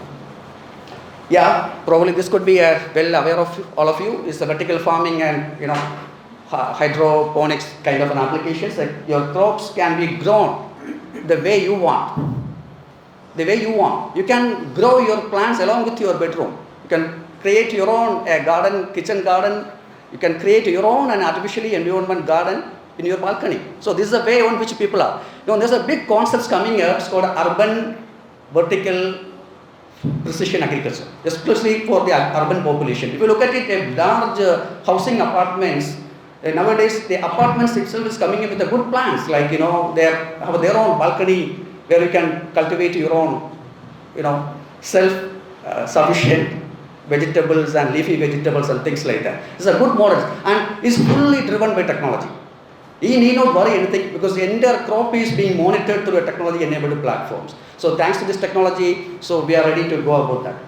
So of course, not only in agriculture, livestock is also one of the important area to be, culture because it's, it's going to an integrated process. So livestock is also one of the major area where technology is being widely used. We are also part of that. Many interventions happening. So this, even the animals are being monitored through a totally technology-driven environment. The collars and RFIDs are being available, and you may wonder how this is happening. It's happening in Kerala. Even Nagesh sir knows that even one of the districts in Kerala, entire animal population is being now RFID tagged. Do you believe? In Pathanamthitta, we have done 1 lakh animals are being RFID tagged. The animal data is coming to a single platform, right? So you look at it, the health monitoring of the animal health management, we call it as electronic health record for human. There is also a similar platform available for electronic veterinary record. So this is the way the technology platforms are giving you, and you can leverage the entire platforms available for people to use of it. The farmers and veterinary doctors are being connected to a single platform, right? So this is very innovative, ideas are coming up, young minds are thinking in a very innovative way, as Joseph sir rightly mentioned. You can make anything on the lab, but if you translate this into somewhere in the implementation level, that becomes your innovation. So that is the lab to the land is one of the major challenges, and technology is really helping you to take this to the field level. Yeah, of course, happening in the aqua level, fish and aquaponics is getting again technology driven, monitor. Many instances and use cases are available in Kerala. I can give you plenty of. Last 20 years of my interaction with the farmers, I can give you a real life data where you can go and even have a visit to this kind of a farms, totally technology driven farms. Move on. Okay, so probably this is going to be another change. There is insect proteins, okay, where meat, milk and eggs are common source of protein of that, right, But what about bugs as the source of protein? Yes, it's going to happen. We may think that it happens only in China or Vietnam. No, it's going to happen everywhere, okay? Like insects are affordable and require fewer natural resources. The question is, we eat them. That's the question. So, okay, so this is going to happen. Move on. The cultured meat, as you know, it's not original meat. It's a cultured meat is coming up. How to supplement the nutritional, requirement.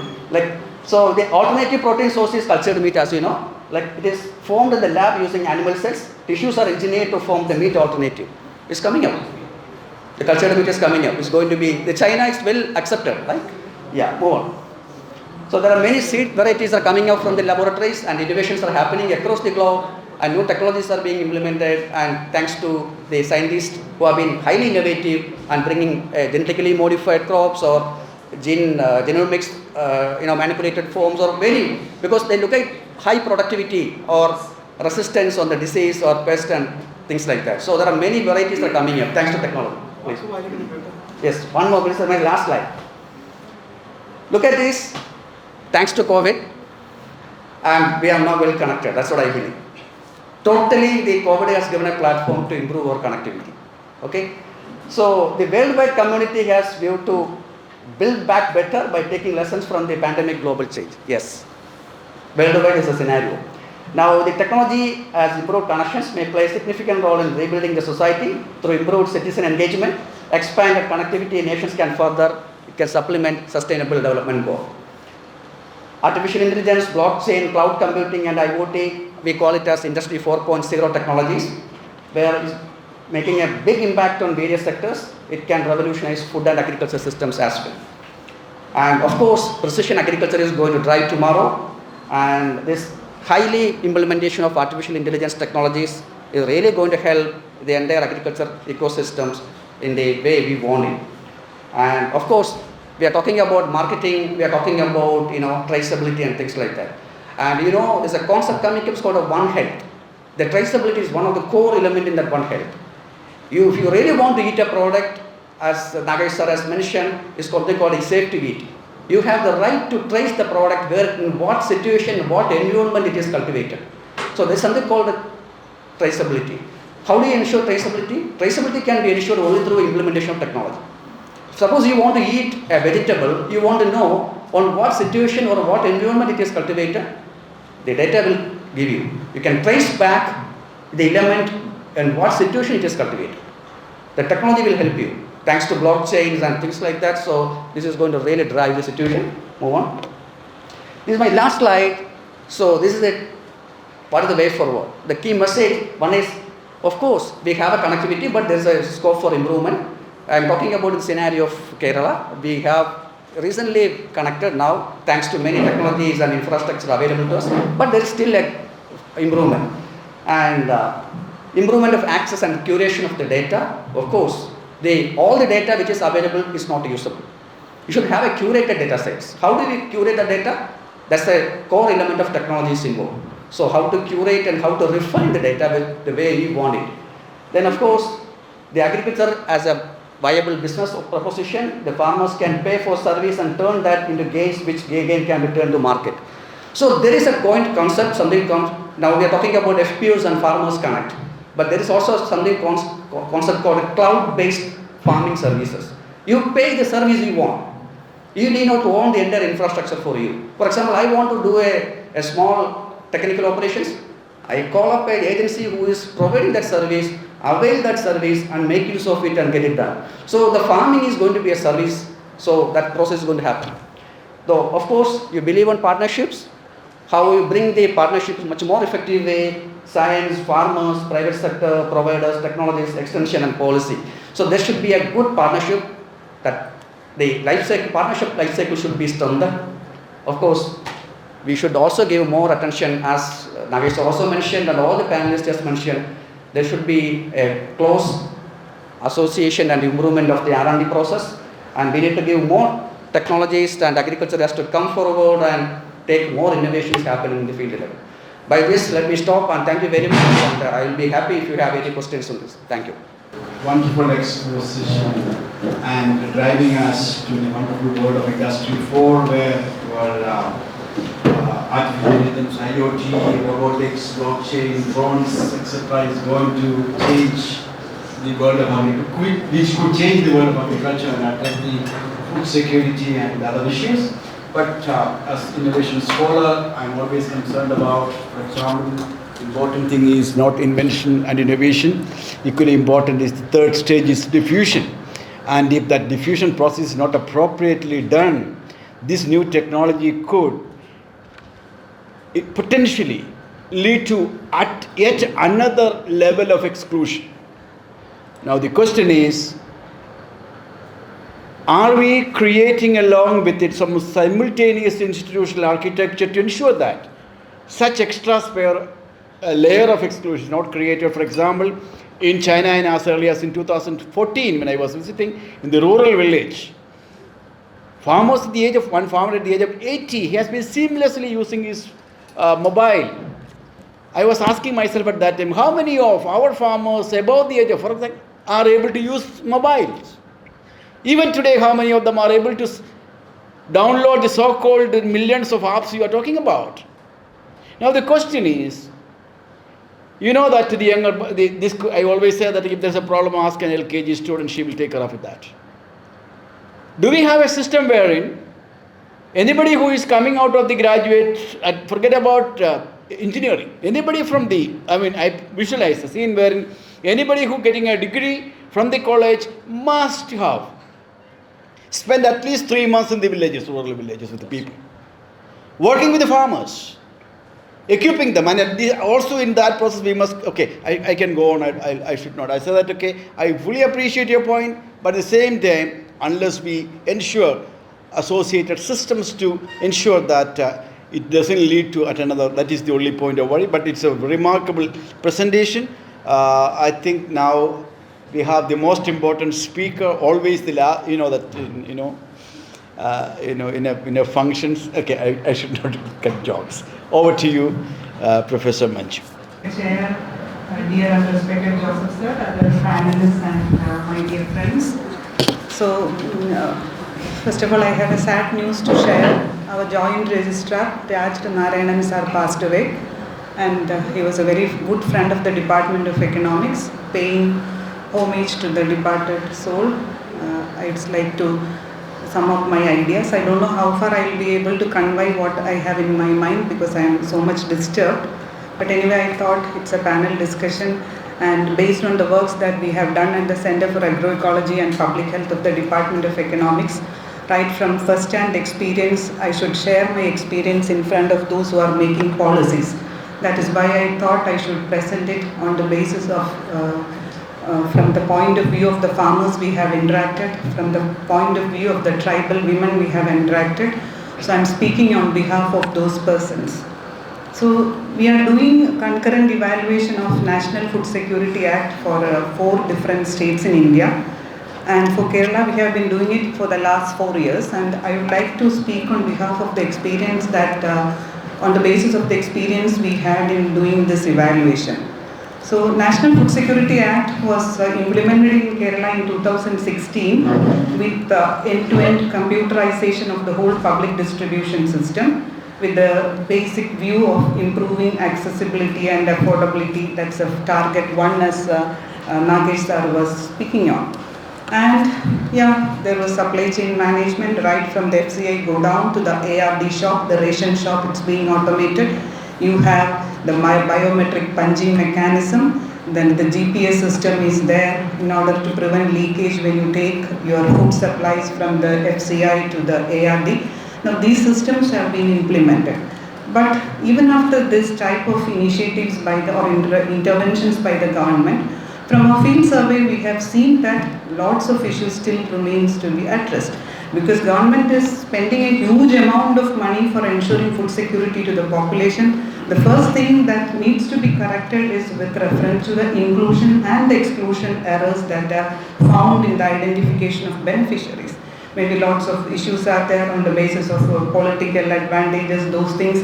Many people still we see that you have a criteria for being included under the purview of National Food Security Act. But because of several leakages, many ineligible households are in the list and they are getting the benefit. So what needs to be done? So right from the initial level, there needs to be a resurvey of all these mechanisms that we are using. The identification of beneficiaries needs to be corrected, and that needs to be foolproof, because we know even in our state we are having all these policies and the financial crisis we have as students of economics, we are all aware of that. That's the first point that I would like to highlight. Secondly, what we have seen is that you don't believe, even in Kerala there are people who don't know, they are not aware of these entitlements. So we were not surprised when we saw that in Tamil Nadu and Karnataka, but in Kerala, not in tribal pockets I am speaking, in Munnar town, right, we surveyed 3 FPS. And it was shocking to see that the ladies in Layam, they are eligible for 35 kilos of rice because they are AOI, plus 5 kilo under PMGKY per member. And I asked her, what was this entitlement that you got last month? She told her family got only 6 kilos of rice. So you have the whole system. Now he is speaking about the digital thing that we are having, everything is online. So I just entered her ration card number in the EPOS thing, and then it's given 70 kilos of rice is what she has purchased. So then I asked her what happened. Then she said, so you go to the shop, you give your biometric punching, and the ration shop owner asks you to come after 1 week to collect your entitlement. And then she is given only 6 kilos. This is happening in Munnar town across the major the tea estate holders. Maybe Joseph sir is an expert in the plantation sector and he may be doing the livelihood issues there. So, and they are purchasing this at 50 rupees. And in Vattavada, there are 3 ration shops, 3 are working together in preventing all these entitlements to the people. So what can be done in this regard? That's what the way forward. So other than the financial auditing, you have lots of systems of checks and controls, but these are not working properly there. In that case, now the Supreme Court of India have now given a verdict that there should be a social audit of all these systems that are in place. And I think in National Food Security Act also, it's very mandatory that we conduct a social audit. When you conduct a social audit, you are engaging a third party to do that, but in the initial stage, universities can do it, students can do it. Why do you waste a lot of public money in giving all these mechanical social audit systems to private holders? No, universities and research institutions can be given a place here, and once you go to the field and you identify them, and finally you have a Grama Sabha or you have a collective meeting where you are talking, you are presenting your findings to the people, and then they will be aware of their entitlements, the way by which they are being manipulated, and the next time there won't be a need for social audit. So auditing in our parlance is always financial auditing. But other than that, the system of good governance where we speak on accountability, transparency, rule of law, voice of the people, those things need to be set in place once we are speaking about the food security of the population. And another addition that I have, I think those people who are in the field, they can, in the policies, they can look into that. Another issue that we found out there is, you have a blanket policy across India, and even in Kerala, once you travel from Malappuram to the next district, you see differences. See, I eat only red rice, maybe I don't know what preference these people have, and in Adivasi Urival they eat only white rice. You students may not be familiar with different types of rice because it's only their amma who are cooking this. I am very sure about my students that they never enter the kitchen. So there are 3 types of rice that are given through ration shops. One is custom mill rice, it is CMR, another is boiled rice, and other is red rice. Chumaneri, pacheri, kutteri, and these Adivasi people or the tribals, if they consume the other 2 rice, they get indigestion. So they don't consume it. So every month there will be a decision from the main office here that this will be the distribution of rice that is given, and that is across Kerala. And what do these people do? Poor people do. They will either consume this pacheri and then get their stomach upset and have all these issues. Otherwise, they will remain hungry for that month. They may not be in a position to purchase rice that is 50 kilo per kilo outside. So that's an issue. So we talked with them and we understood that there is a policy which is called variable allocation policy, where the Grama Sabha has to pass a resolution that 60% of the people, majority, more than 50% are in need of this thing, and this has to be given to the Taluk Supply Office, which has to come over here.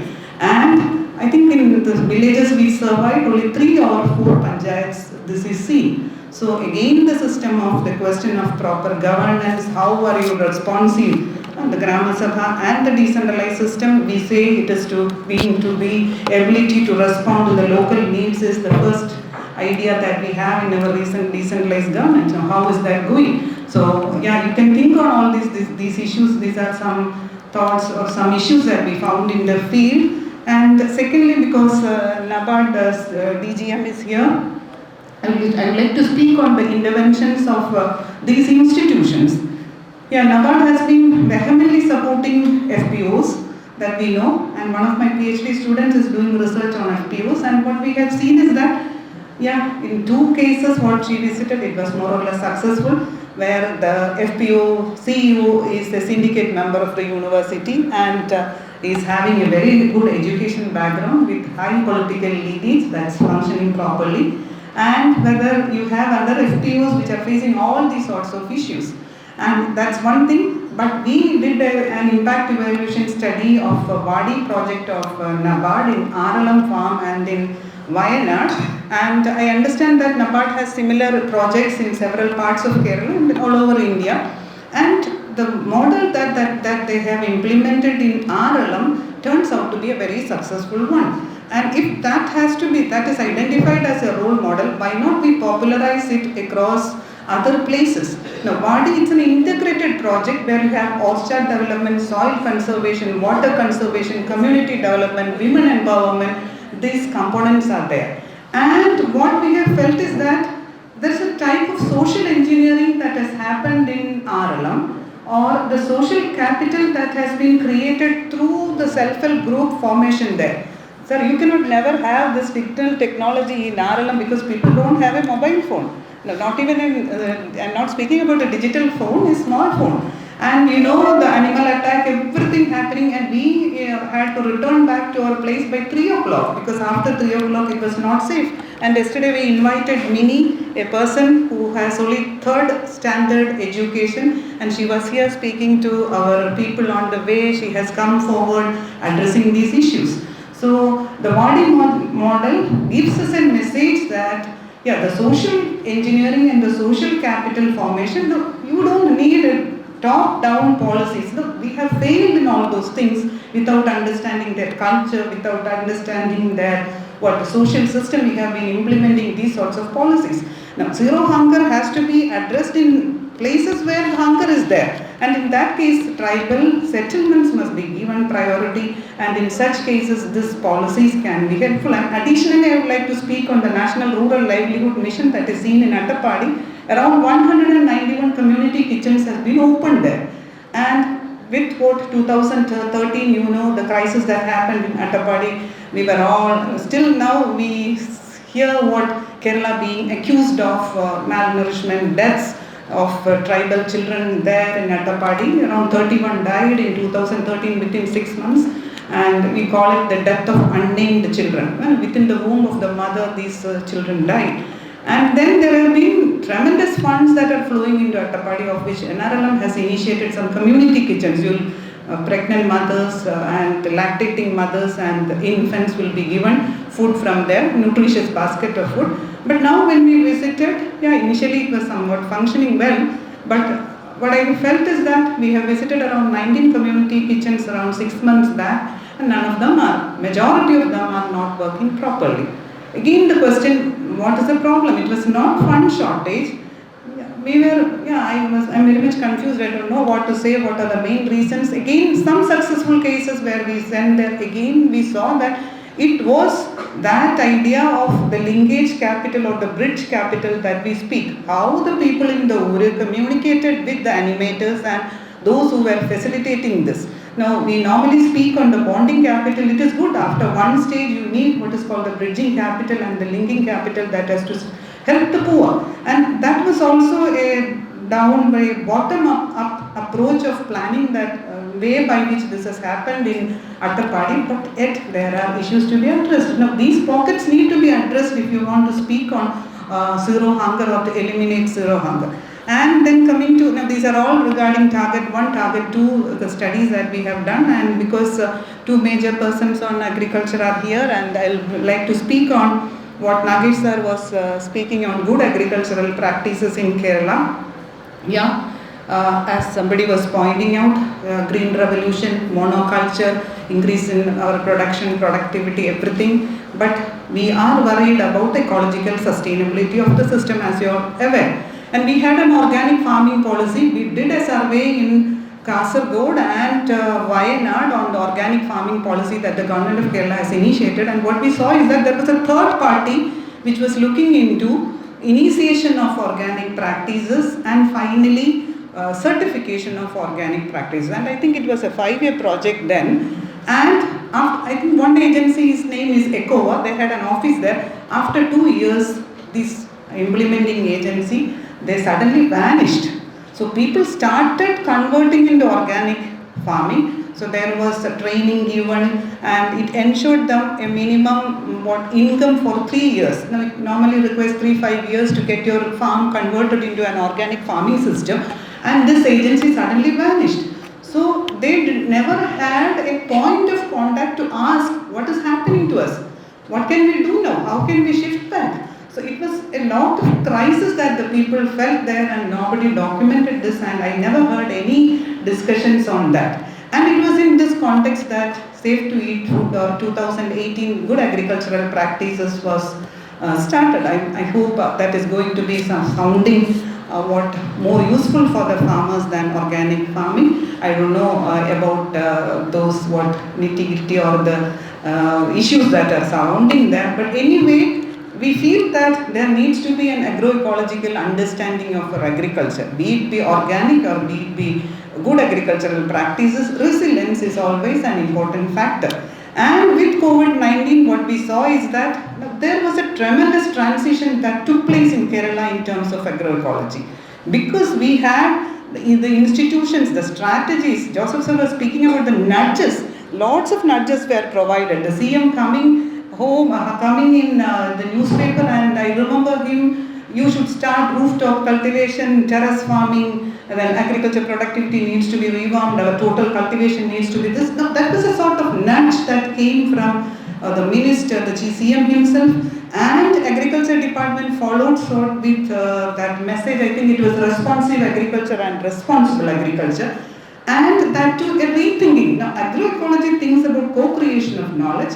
It is a bottom-up approach where synergies, resilience, recycling, diversity, synergy, etc. are being thought and discussed about. And when responsive agriculture, responsible agriculture was being initiated as a policy, from the lower level, people know that these policymakers, they are aware that there was need for formation of groups, SSG groups or JLG groups, only to whom the government or the institutions were providing fund and all advices. Look, that is always important to have what this type of social capital and discussion space where farmers, a key farmer is there as a lead farmer and somebody is there to support him. In my village, I know there were several youngsters who came to the agricultural office and asked the agricultural officer, see, we are 20 in group, what can we do? Then they gave them suggestions. So you can go for a Prakratik Krishi under the BPK, some scheme is there, Agroecology scheme. So you can start all your traditional cultivations, we will be providing fund for that, or you can go for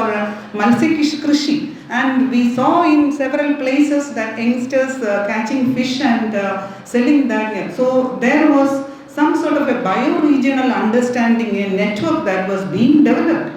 Now otherwise, see, when we visited Idiki, I had a study on agricultural marketing. What we saw is that the VFPCK which are producing achinga, chikira, then koveka, all these things, that has to be transported from Idiki to Palai market and Chala. When we talk to the Chala people, they say it's coming from Idiki. And imagine in a situation where you are having this much temperature, what will be the situation of achinga that is traveling from that place to this place, not in a cold storage. So the agricultural infrastructure facility in the state is at a very poor condition. The state, what the warehouses that we have is not as much as that is required. The wholesale markets in Nair, in Nedumangad, lots of farmers were complaining that they have 2 lakhs rupees pending. So they have to commit suicide if it's not being paid. So those issues there, the infrastructure facilities, right from the core infrastructure, that's the auction hall that is available, to all other facilities, the supporting system, the credit facilities, those are there. So even for the VFPCK, the whole story. No, they have, these institutions have plenty of money with them. NABARD is having plenty of money to support the people. So what is wrong? Who is going to help these poor people in framing some policies, some documents? Now if they have to submit something, some proposal. So who is going to help these people to frame the proposal? So FPOs also has this problem. There should be a leader who is capable of writing all these proposals and entering all these schemes. So the digital thing that is going to happen is helping. Now, I think he was speaking about that traceability, and in one farm we have, I think my student has visited that farm on traceability, and yeah, that is very important. So how can we, these types of, that's what I like to say, these are all niche innovations. Now, if the socio-economic, dominant socio-technological regime is something else which is completely market-oriented, depending upon all these chemical fertilizers and so on, these type of innovations will always remain as good practices in your economic review. How are we going to convert these niche innovations into what the dominant socio-technological regime? That requires a political agroecological position that Kerala had took during the COVID-19. I don't know about the sustainability of the issue, but other things, market, user preferences, your culture, what the society thinks, now all these have to be revamped in such a way that this becomes a dominant socio-technical regime where you speak of agroecological practices, good agricultural practices, you become more farmer friendly. That's a message that I have to keep, and maybe I can take 2 more minutes. And the last one is on, I would like to add upon what Professor Joseph was saying. Now he always, last time when I visited GIFT, I was very much interested when he said, so each student that comes to your university, is what knowledge. He or she comes with a bunch of experience. Now, are we exploiting our understanding using the experience that these students have? We are not using the experience of the farmers. We are not using the experience of what you are. We have a system of education where, again, it is a linear thing. The teacher comes. I know how suffocating it is for you to listen to my macroeconomic classes, because it's always a monologue. That's the only time then they are smiling. So it's always a monologue, right, direct from the teachers to the students. And then on the other side, I speak of cyclical learning, which is what always goes between. It's a type of co-learning that happens. That was what Professor Joseph was also trying to speak. Other than the theories, the theoretical knowledge that we share in the class, what sort of experience do we have? And after this, you are in some institutions making policies for the people. Now, they have agricultural economics to study, and they write exam on that, and they get good marks, and they may pass UGC examination without going to a farm. And my PhD is on banking, impact of liberalization on the performance of bank, and I am very proud to say that I was awarded PhD without visiting a bank once in my life. So that is the. Now I understand the limitation, because my father used to go take all those DD everything because of those things. And only when I started my career here, I went to SBI Karyavatam and started a bank account at the age of 26. And I did my PhD way back. I think it was when I was 24, I was awarded PhD. So that is the way. I'm not speaking about those things, about the issues that I had faced, but this type of experience, sir, you were speaking about the learning spaces that are available. What learning space do our students have? It's only the classroom that we have. Maybe you may have one or two discussions like this, but what experience do you get from the field? So we are running a course on action research and experimental learning in agroecology, a 28 days course. So what we do here is that we first send the students to the participants to the field. We ask them to stay in the field. Now, I come from an economics background. I don't know all these agriculture things, but anyway, we have some minimum cultivation at our home. Maybe that's why I can speak on that. So they go home, they stay there, get all these things. We don't teach them any theories. Just ask them to come and present what they have found in the field. And that is an interdisciplinary course, and what we see is that an economics person will speak only on the marketability and the price, whereas a botany student will always have a list of botanical names that we never understand.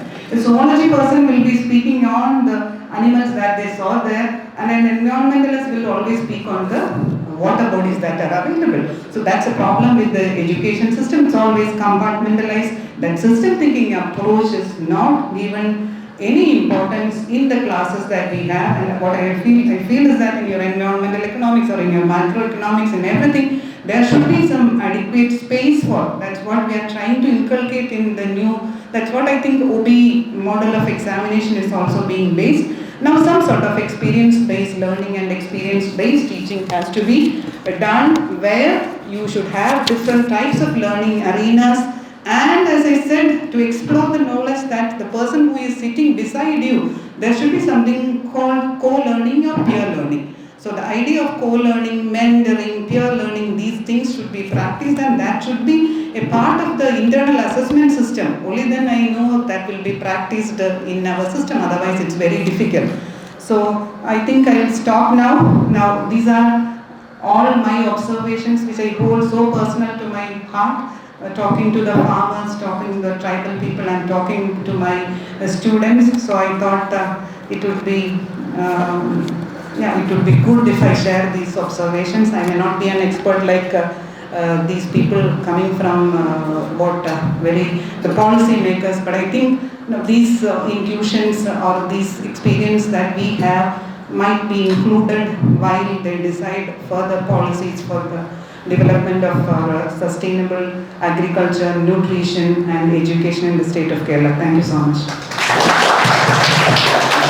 3 minutes is exactly what I thought I will be telling you. That how many of your students have gone with you to the field? That's, and the question is, you have your own restrictions, your own limits within which you can act. So I think sooner than later, I think I mean, you have the economics teaching needs a lot more change. But recently I was in a university in Nair, no, where is that place? I forgot. And then I found we are much better. It's a big university, but anyway, there's no reason to be saying, there's no reason to be satisfied. We need to go a long distance, and I'm very impressed by the multiple studies and the insights that you brought in. And I know that I think if you are able to kind of take your students also into this, that will be giving rich dividends rather than enabling them to make the theories. I know all these sitting one, they are all bombs. They are all really much smarter than us. And the only thing is you should be able to challenge them. Are we challenging them? If you challenge them, I think the outcome that they are going to produce is going to be incredible.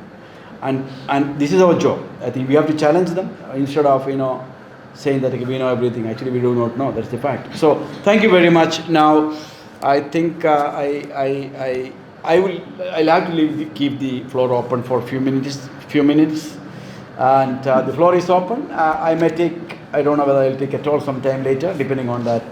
I'm tempted to speak a lot of things, but I don't feel like. But okay, looking at your face, but the floor is open. That's. First of all, thank you so much, sir. It was too informative. And my query is like, I'm from Palakkad. So I witnessed some of those issues that... It will be nice if you can address to the specific speaker, so that instead of all of them answering. My name is Vimal and I'm from Palakkad. So I witnessed a few of those problems that will be faced by the farmers in that place.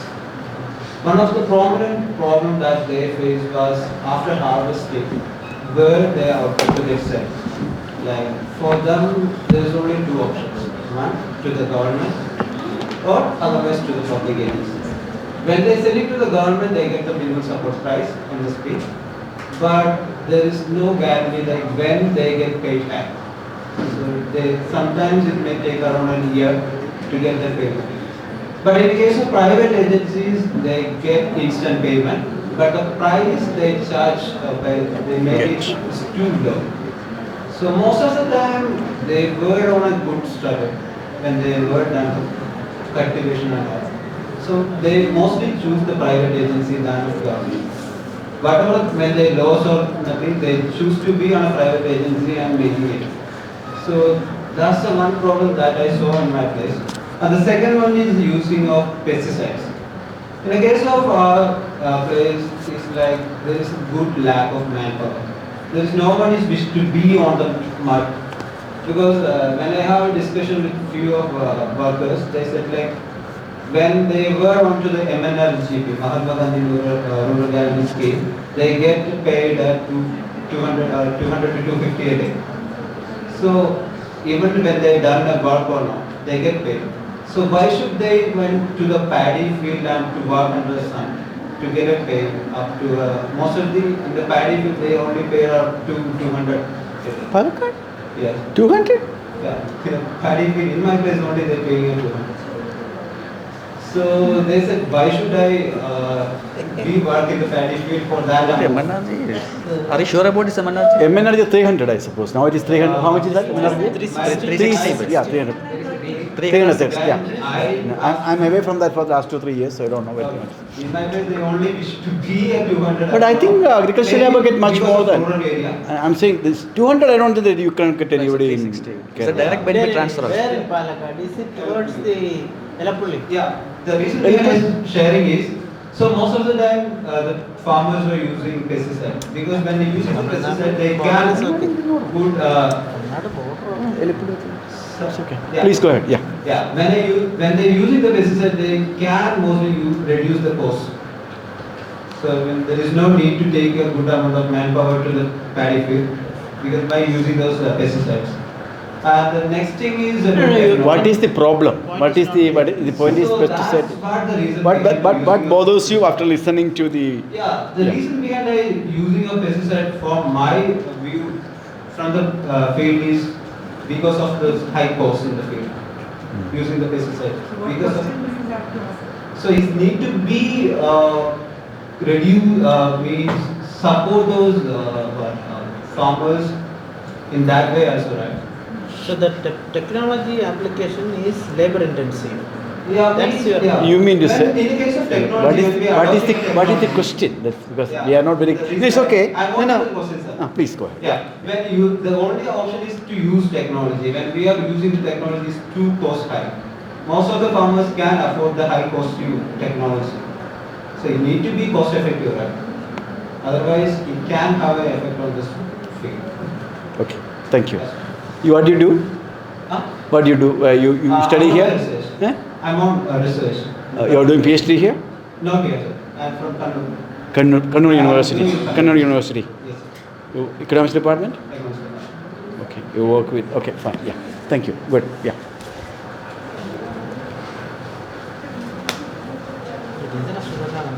Hello. I have a question to Subramanian sir. I'm doing PhD on FPOs. So NABARD has promoted around 121 FPOs in Kerala and around 22-24 FPOs has been closed. And it's been observed that from third year on fifth year that NABARD is stopping their funding and most of the FPOs are now moving to the C and D grade. So sir, my question is how can FPOs be successful or what are the reasons behind the failure and closing down of these FPOs? Yeah.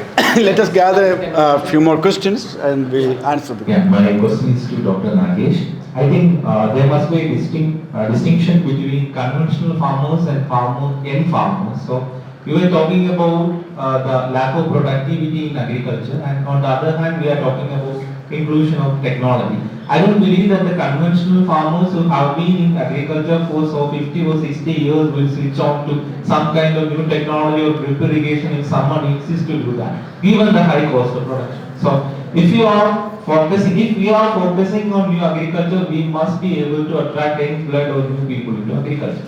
They will come to agriculture only if they feel that this job will give them some kind of social respect and social security. It's not happening to people, and all the people he discuss about agriculture in the AC rooms will talk about like this, and most of the people don't wish their children to be in agriculture. That's the harsh reality in which we live. So if we want to attract youth, you must give them some kind of security. Otherwise, it won't going to happen. So there are innovation programs which support agriculture for, I think there are supporting startups as well. So, but the awareness regarding it is very less. So what are the measures we could take to attract youth by increasing awareness about the programs? And it's my first question. And second thing, if recently we know that a team from Kerala has toured Israel to know about the scientific and technological practices, if the idea is to spread technology to the grassroots level, I think it will be better to use the decentralized institutions like Grama Panchayats, etc. Given the cost of technology is high, we can push farmers to technology-driven agriculture only if the system supports them. Like skill parks are there, like that there should be some parks or systems within the local level, within Krishi Bhavan or within the towns, taluks to support people to give this scientific agriculture. So Good. I want to know your take on it. Thank you. Thank you. Very good. Very good. Yeah.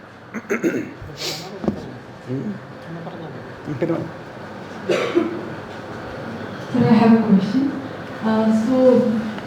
I think my question can be better answered by the last speaker, Ajith Kumar sir. So, from our strategies we have seen, we have heard, we have studied that agriculture is the backbone of our present economy. But then in recent times, it is very evident that service sector has contributed more than agriculture to our GDP by comparing with the employment opportunity that all these sectors contribute. So my concern is that with the help of this technology, will we be able to feed the millions of population coming up with the help of this technology? That is my question. Okay.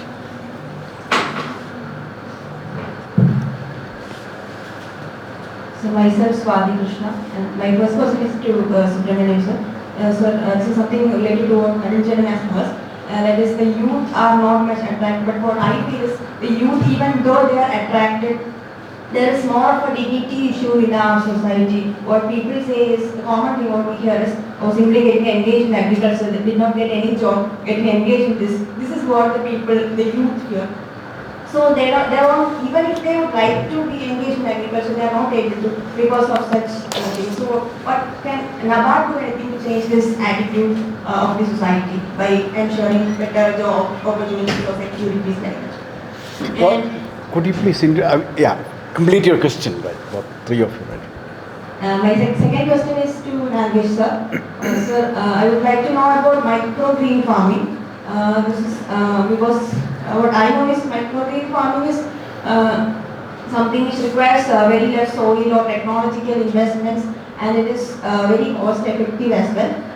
Because even in my home it was done during the COVID time, so it was very much effective, very nutritious and tasty leafy vegetables we were getting from that. So why don't the government give much promotion to such farmers that more of the youth will be attracted? That's it. So thank you for that question on FPO. NABARD, as Nagesh was also telling, we can say that NABARD pioneered in this FPO promotion. A lot of challenges actually, you might have seen in the field, the promoting FPO, bringing farmers together, not only farmers, any cooperative system, it is not that easy. So what is more important in bringing people together, you have to create some common interest, and there should be a trust factor, more of social things, to bring the farmers together. And more than that, if you see in the field, the farmers, mostly the youngsters are moving out. Only the old generation is remaining. How active they are, or how much they are serious about their business, that is another factor. So I would say that the participation level and trust factor, that whatever may be the promotional support, whatever we provide, is to impart training on governance, then training on the technological aspect, marketing, all those things are being given. But what is missing is that something which has to come from themselves, the farmers themselves. Unless they change themselves, they realize that this will give them better profit, and they should also be in the position to share the profit. See what happened, you know that capitalism is in our blood. Nobody wants to share our profit or whatever effort I am putting out, that I don't want to share with others. So that is always there pulling you away from this cooperative system. So these are some of the things which has to be addressed. So what, as you said, we are having more of C&D also. So these are all after certain period of time, so 3 years support we are providing. We cannot endlessly support. So 3 years is just to teach them that, see, these are the advantages of being together, and you can take advantage of the collective bargaining, all those things. But when they are not actually interested, or they are not finding it more useful, actively, if they are not participating, then they cannot realize the advantages. Secondly, you see, the trust factor. I used to think actually, FPO, we are mobilizing the farmers, and they have to see, it's a company, they have to bring some share capital. How much they are contributing? 500,000. Is it a way? 1,000 rupees can we do a business? Suppose I have to start a business, how much minimum I have to pay? At least 1 lakh I have to bring, Why the members are not ready to bring more share capital? Which means there is no trust factor, it is trusted upon. Okay. So unless such things are not addressed or changed, we cannot expect a great success in FPO. But we will be trying, keep on trying. So that's it. And about youth in agriculture. So NABARD, as you know, we have been supporting the promotion of technology or whatever through our channel partners. We we don't directly get into these kind of support through our channel partners, either from universities or from other agencies. We will help the entrepreneurs or the societies or whatever. We do have programs to support to bring more youth in agriculture. Like as I also put one of my slides, that the youth cannot go into agriculture in a traditional way. Agriculture should be seen as an enterprise. You need not always puddle with soils and like our ancestors. So such technology, once agriculture becomes a technology driven, high-tech technology, it is possible. You have to invest more, that is only. When you are ready to invest in industries, why not in agriculture? Go for vertical farming, go for high-tech agriculture, go for even in fish farming, high-density fish farming. In a very small area you can do it. You need not have land.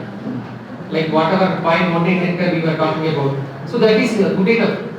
So if such technology if you are taking to the field, and there are banks which can provide, as I said, the banks are supposed to lend at least 80% to this one now. Subsidies are also there, agriculture infrastructure fund.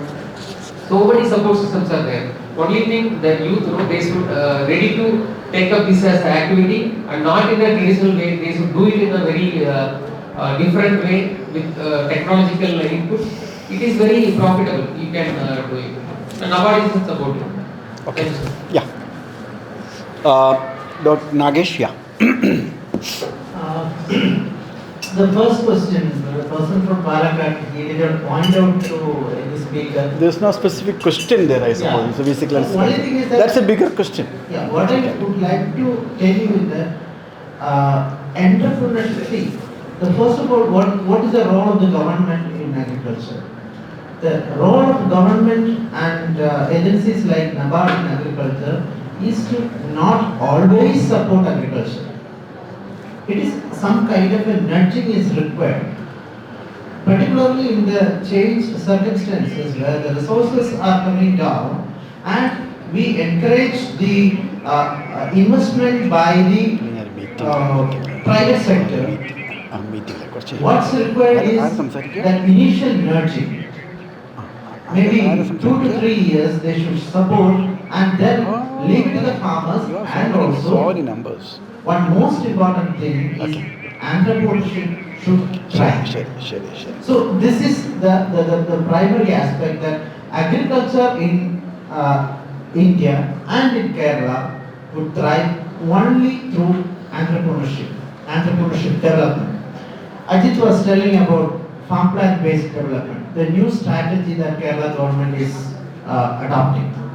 It's nothing but earlier we were having schemes and also crop based development, and now it has moved on to farm based development. Means farm is the basic unit of production and other activity, post production activity. So we need to concentrate on farms. So what will the what is this change that has come?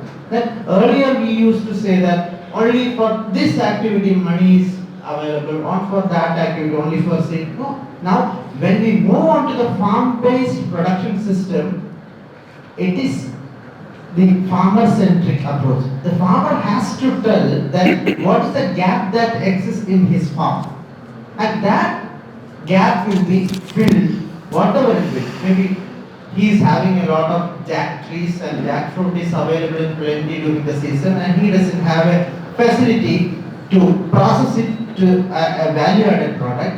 That particular support will be given to the farmer. And for how long? Till he migrates himself into a better position through entrepreneurship development. And what, I don't know, like, first of all, the conventional farmers and new farmers, right? See, my experience is the other way around. Kutanad, you know, it's a lot of conventional farmers. a major agroecological system, and that GAHS and all those things are there. There, the conventional farmers, whom we call conventional, they are the ones who adopt technology the most.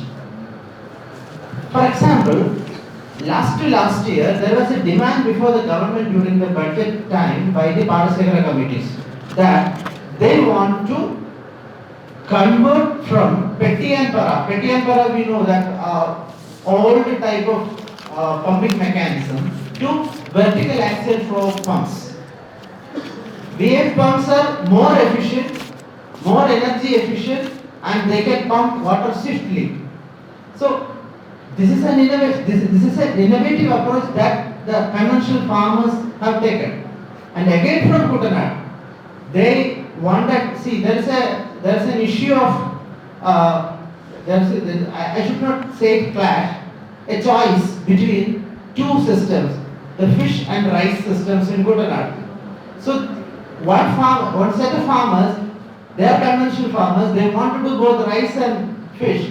What they wanted, they told that if a seed that matures less than 10 days than the normal, now Uma is being cultivated, Uma is the seed variety. They told us that can you suggest a variety of rice which can be harvested 10 days lesser than the normal one. So we suggested Manuratna. So Manuratna matures 10 days lesser than that. So my experience is that conventional farmers, they adopt technologies because they are the ones who are really So we are in an empirical question, there can be go Yeah. for testing. So- Okay? Yeah. so- Proceed next. Then innovation I fully agree with you. Innovation is required for attracting youth. And I would suggest that this skill upgradation in agriculture has to be part of this major skill development program of the government. And we are doing that, the agriculture department and also the cooperative department. Now we want youth to get into cooperatives. Now you know the cooperative system, the PACs and other cooperatives, there is an aging population, but there is an efficient system. So youth should always come into the cooperation system and make it more efficient. Take agriculture, take animal husbandry, whatever activities, entrepreneurial activities, will try. Finally, coming to Swati Krishna's question on microgreen farming. Microgreen farming is a good activity. Lot of scope, but the thing is that the medium in which the microgreens are grown matters a lot. Okay, the government is supporting it. The government normally doesn't say a farmer that you should do this, you should not do that. No. So microgreens farming is very well within the available programs in the government system. Okay, thank you. Yeah. The question regarding how far the technology can support the agricultural production system, that's what your question, right? So I would like to respond to this question in two contexts. One is, we have been talking about a small landholding issue. That's one of the challenges how we address. Number two, and with that small landholding capability, how to increase the production. That's the one thing. Second context is how best the innovations can be applied and how to attract the youths to the agriculture, that ecosystem. In both these contexts, technology can only help. The first point is, as I said, when we have a small landholding capability where how to bring higher productivity, the only way to have a optimum production plan, right? So where we can, whatever the technology can support as a facilitating role, that's the best medium to leverage and make use of the technology to do that. For example, we are talking about the labor intensive issues, the labor cost issues and things like that. For example, if you look at it, Kutanadu, I mean, most of the spray happens through drone because you are talking about 2,000 hectares of paddy where the single day or maybe within 2 days time you can complete the entire spray, and it's been doing it. They have been doing it, and you are talking about, I think we are aware of that. But it is the same thing if you really want to complete the spray process. I mean the pesticide applications or the manual process, it takes a month time or a number of laborers is a highly labor intensive. That's the way the technology can really help to support it. That's the one point of view. So there are technologies who are coming to farmers. As I said again, The technology is nowadays available as a service. You need not invest on technology. The technology is available as a service, like a cloud model. So you can use the technology, pay for it based on your usage. It's something like your electricity kind of a thing. You pay only what you use, right? So it's something like new models are coming up, and thanks to these startups and innovative ecosystems where these facilities are being available. The second point is the technology is the only medium on which you can attract youth. Because somebody was talking about how best the youth will be having some sort of a social status when they do an agriculture. So nowadays, if you look at it, there are many. Even I know more techies are doing agriculture because of the social status, because they apply technology. I know I can give you n number of technologies. I mean startups and techie guys who are doing vertical gardening and farming as a part of this, and they do a good marketing platforms as well. Because of the technology is basically giving them some sort of an innovative thoughts to getting into the agriculture. Obviously, they will not get into a traditional agriculture process. So the technology is the medium on which is facilitating them to get into the agriculture. So in these two ways, basically, technology probably can leverage better for the for the productivity sector as an agriculture is the medium. That's all. Yeah, I think I should not take again time because you are hungry. I also have to rush.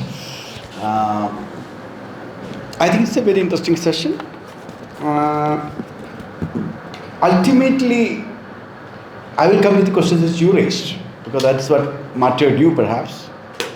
You came down, all your questions put together came to my mind what bothered Professor Schultz long time back, transforming traditional agriculture, which won him one of the reasons for his Nobel Prize. Then you ask why certain things, but we have been making series of efforts in this direction. Marketing innovations, production, technology, and FPOs, and and of course new technology. And two questions which I thought could be pondered a little bit more: why some of these initiatives are failing? To my mind, if you look at the development discourse, you get the balanced approach to development and unbalanced approach to development.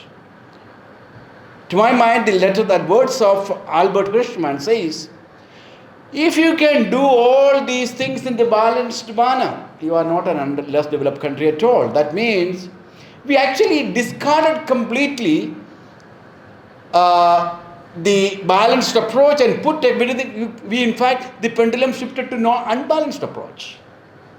Okay, you develop FPOs. Will you think that by producing, only enabling somebody to produce something will make them survive? We are talking about systems. We are living in a system. You need to ensure that the markets are already there, then only the production should be here. If you are not, then you have to ensure that the finance is there, then only you should start here. And when we are thinking of initiatives in the current context, you should not be forgetting the fact that the world, we are living in an open world. World is the opportunity. Learn from China. In fact, I was actually thinking that, rubber is in crisis. Of course, rubber is in crisis. We have, the reasons for monocropping and all, you have articulated, very, very well. Now the question is, and I will come back to the question of systemic approach. I'll finish. When you talk about rubber, in 1970s, when we all together rubber migrated from Kainirapalli to other districts and other regions, it is a context wherein Karakrishi, the Nell was used to be Karakrishi at that time. There was olive, tapioca, etc., etc. That used to be eaten away by rats, and Karakrishi was eaten away by birds. And that was the time when rubber was one of the remarkable innovations for the then farmer, which made him free by 10 o'clock. He can engage in newspaper reading, and naturally you graduated yourself from a farmer to a planter. Sociological upgradation. And many of them stopped working, in fact. fact, when I ask something, what do you do? I'm a planter. Do you do tapping? I don't know how to do tapping. In fact, Additional Secretary Minister of Commerce told me, Joseph, you are talking about 2 rupees or 1.15 per tree for tapping. If you have 500 trees, you per family you are earning something like 900, 800 rupees. Can't you make a living out of it? Why are you complaining so much? No, I have to tell him that rubber tapping, if you tap wrongly, the tree goes, etc., etc. All kinds of, I have to justify my farmers. Because they are no more farmers, they are planters. Now the point is today, because of all lot of reasons, in fact, when I got a job in 1991, I was passing through the bus. Virtually, I cried because I started thinking, being an innovation man, I thought, look, over time, this input is used by multinational monopolies with enormous money to invest in research and development. If they come back with a substitute for natural rubber, what the hell these people will do? അതിനിടയ്ക്ക് നിന്നാൽ പ്ലാവ് വെട്ടിക്കളഞ്ഞ് മാവ് വെട്ടിക്കളഞ്ഞ് ഒന്നുമില്ല അവിടെ കന്നുകാലി വളർത്താനൊക്കത്തില്ല. You are not able to survive.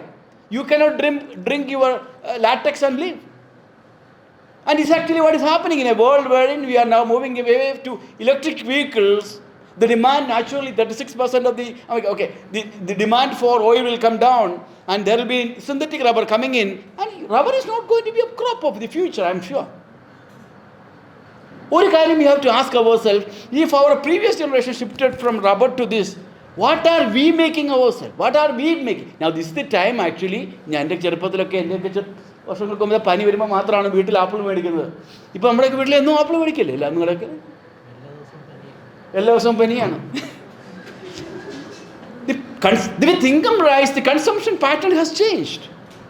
And how many of us are actually, then you have to think in terms of making systems in terms of, agriculture should be changing according to changing needs of time, instead of asking the state government to support 1,970 crore already so far spent on rubber. A crop which is to be entirely promoted by the central government as per the 1947 Rubber Act.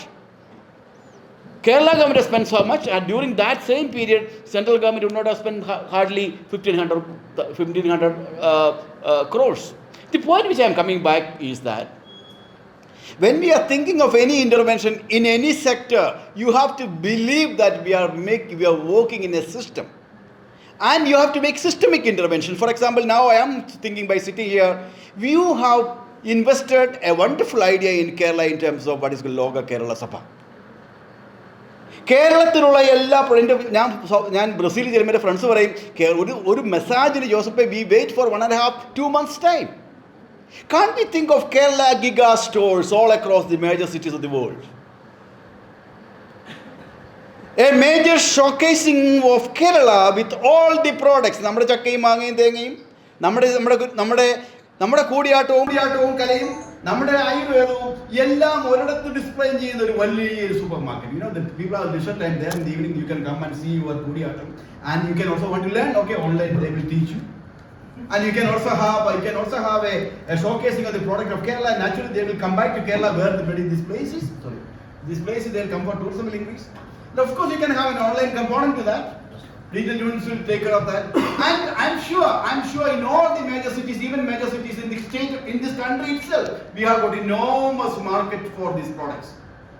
And when we are catering to an altogether different market, this is called user-producer interaction, you will definitely know how to package this product, how the quality certification. Naturally, your blockchain technology will be useful over there. You will learn by interacting with your customers. In fact, I was talking to Arun recently in Manchester, who is now in Essex, the dean over there. We were discussing, he told them, one Wayanadu fellow has already started one unit, it is doing very well, his price is high, all the white people are over there. I thought all our nurses' husbands will go into trouble, they all started Indian stores over there. No, actually, this will expand the market, in fact. So what I'm trying to say is that we have denounced the balanced development strategy, government so much into the unbalanced approach. But very often, I'm not going to promote what is called planning and kind of stuff. Planning is very important. So what I'm trying to say that we need to believe that, we need to consider that this is a interrelated system we are talking about. We need to think in terms of systemic interventions all across the chain. Otherwise, if you make one thing, of course, naturally, you can think of other things, but need not necessarily. So coming to, again, this, why the youngsters are not coming in. In fact, I told that, okay, one thing, first of all, മന്ത്രിമാർ പോയിട്ട് തൊപ്പിപ്പാളയം വെച്ചുകൊണ്ട് മറ്റേ കൊയ്യുന്ന പരിപാടി നിർത്തണം. അതല്ല farmers. ജീവിതത്തിൽ ഒരിക്കലായിരിക്കും മന്ത്രി ഫീൽഡിൽ അന്ന് തൊപ്പിപ്പാളയൊക്കെ വെച്ചു. We don't want to caricature the farmer as a farmer of 15 in the Topipala. Who will come to the farming with that? Exactly. We should be caricaturing farmers of Kerala, the next generation of a high-tech farming with a uniform. And in fact, കർഷക തൊഴിലാളി എന്ന വാക്ക് നമ്മുടെ ഈ ഡിക്ഷണറിയിൽ നിന്നായി കളയണമെന്നാണ് ഞാൻ one of my reports which I report to central government said. കർഷക തൊഴിലാളി എന്ന വാക്ക് കളയണം. അവർ നമ്മുടെ പ്രകൃതിയുടെ സംരക്ഷകനാണ്. ആ രീതിയിൽ ആർട്ടിക്കുലേറ്റ് ചെയ്യുക. So what I'm saying, we have to think of, and there is a lot more to think. I would say that, okay, if this can bring money naturally and dignity and money, if it comes, naturally people will come. And can we ensure that? We have to work in that direction. So I think our panelists were eminently good, and your questions were equally good. And I'm very happy that none of you are sleeping here. All the eyes were bright. So as I told you, are all bombs. You are all having I think you people should. I'm sure they say that. I always know that whenever I interact, I know that younger generation is any day much better than our generation, and that way I'm very, very optimistic. And thank you very much for inviting all of us, and wish you all the best. Bye.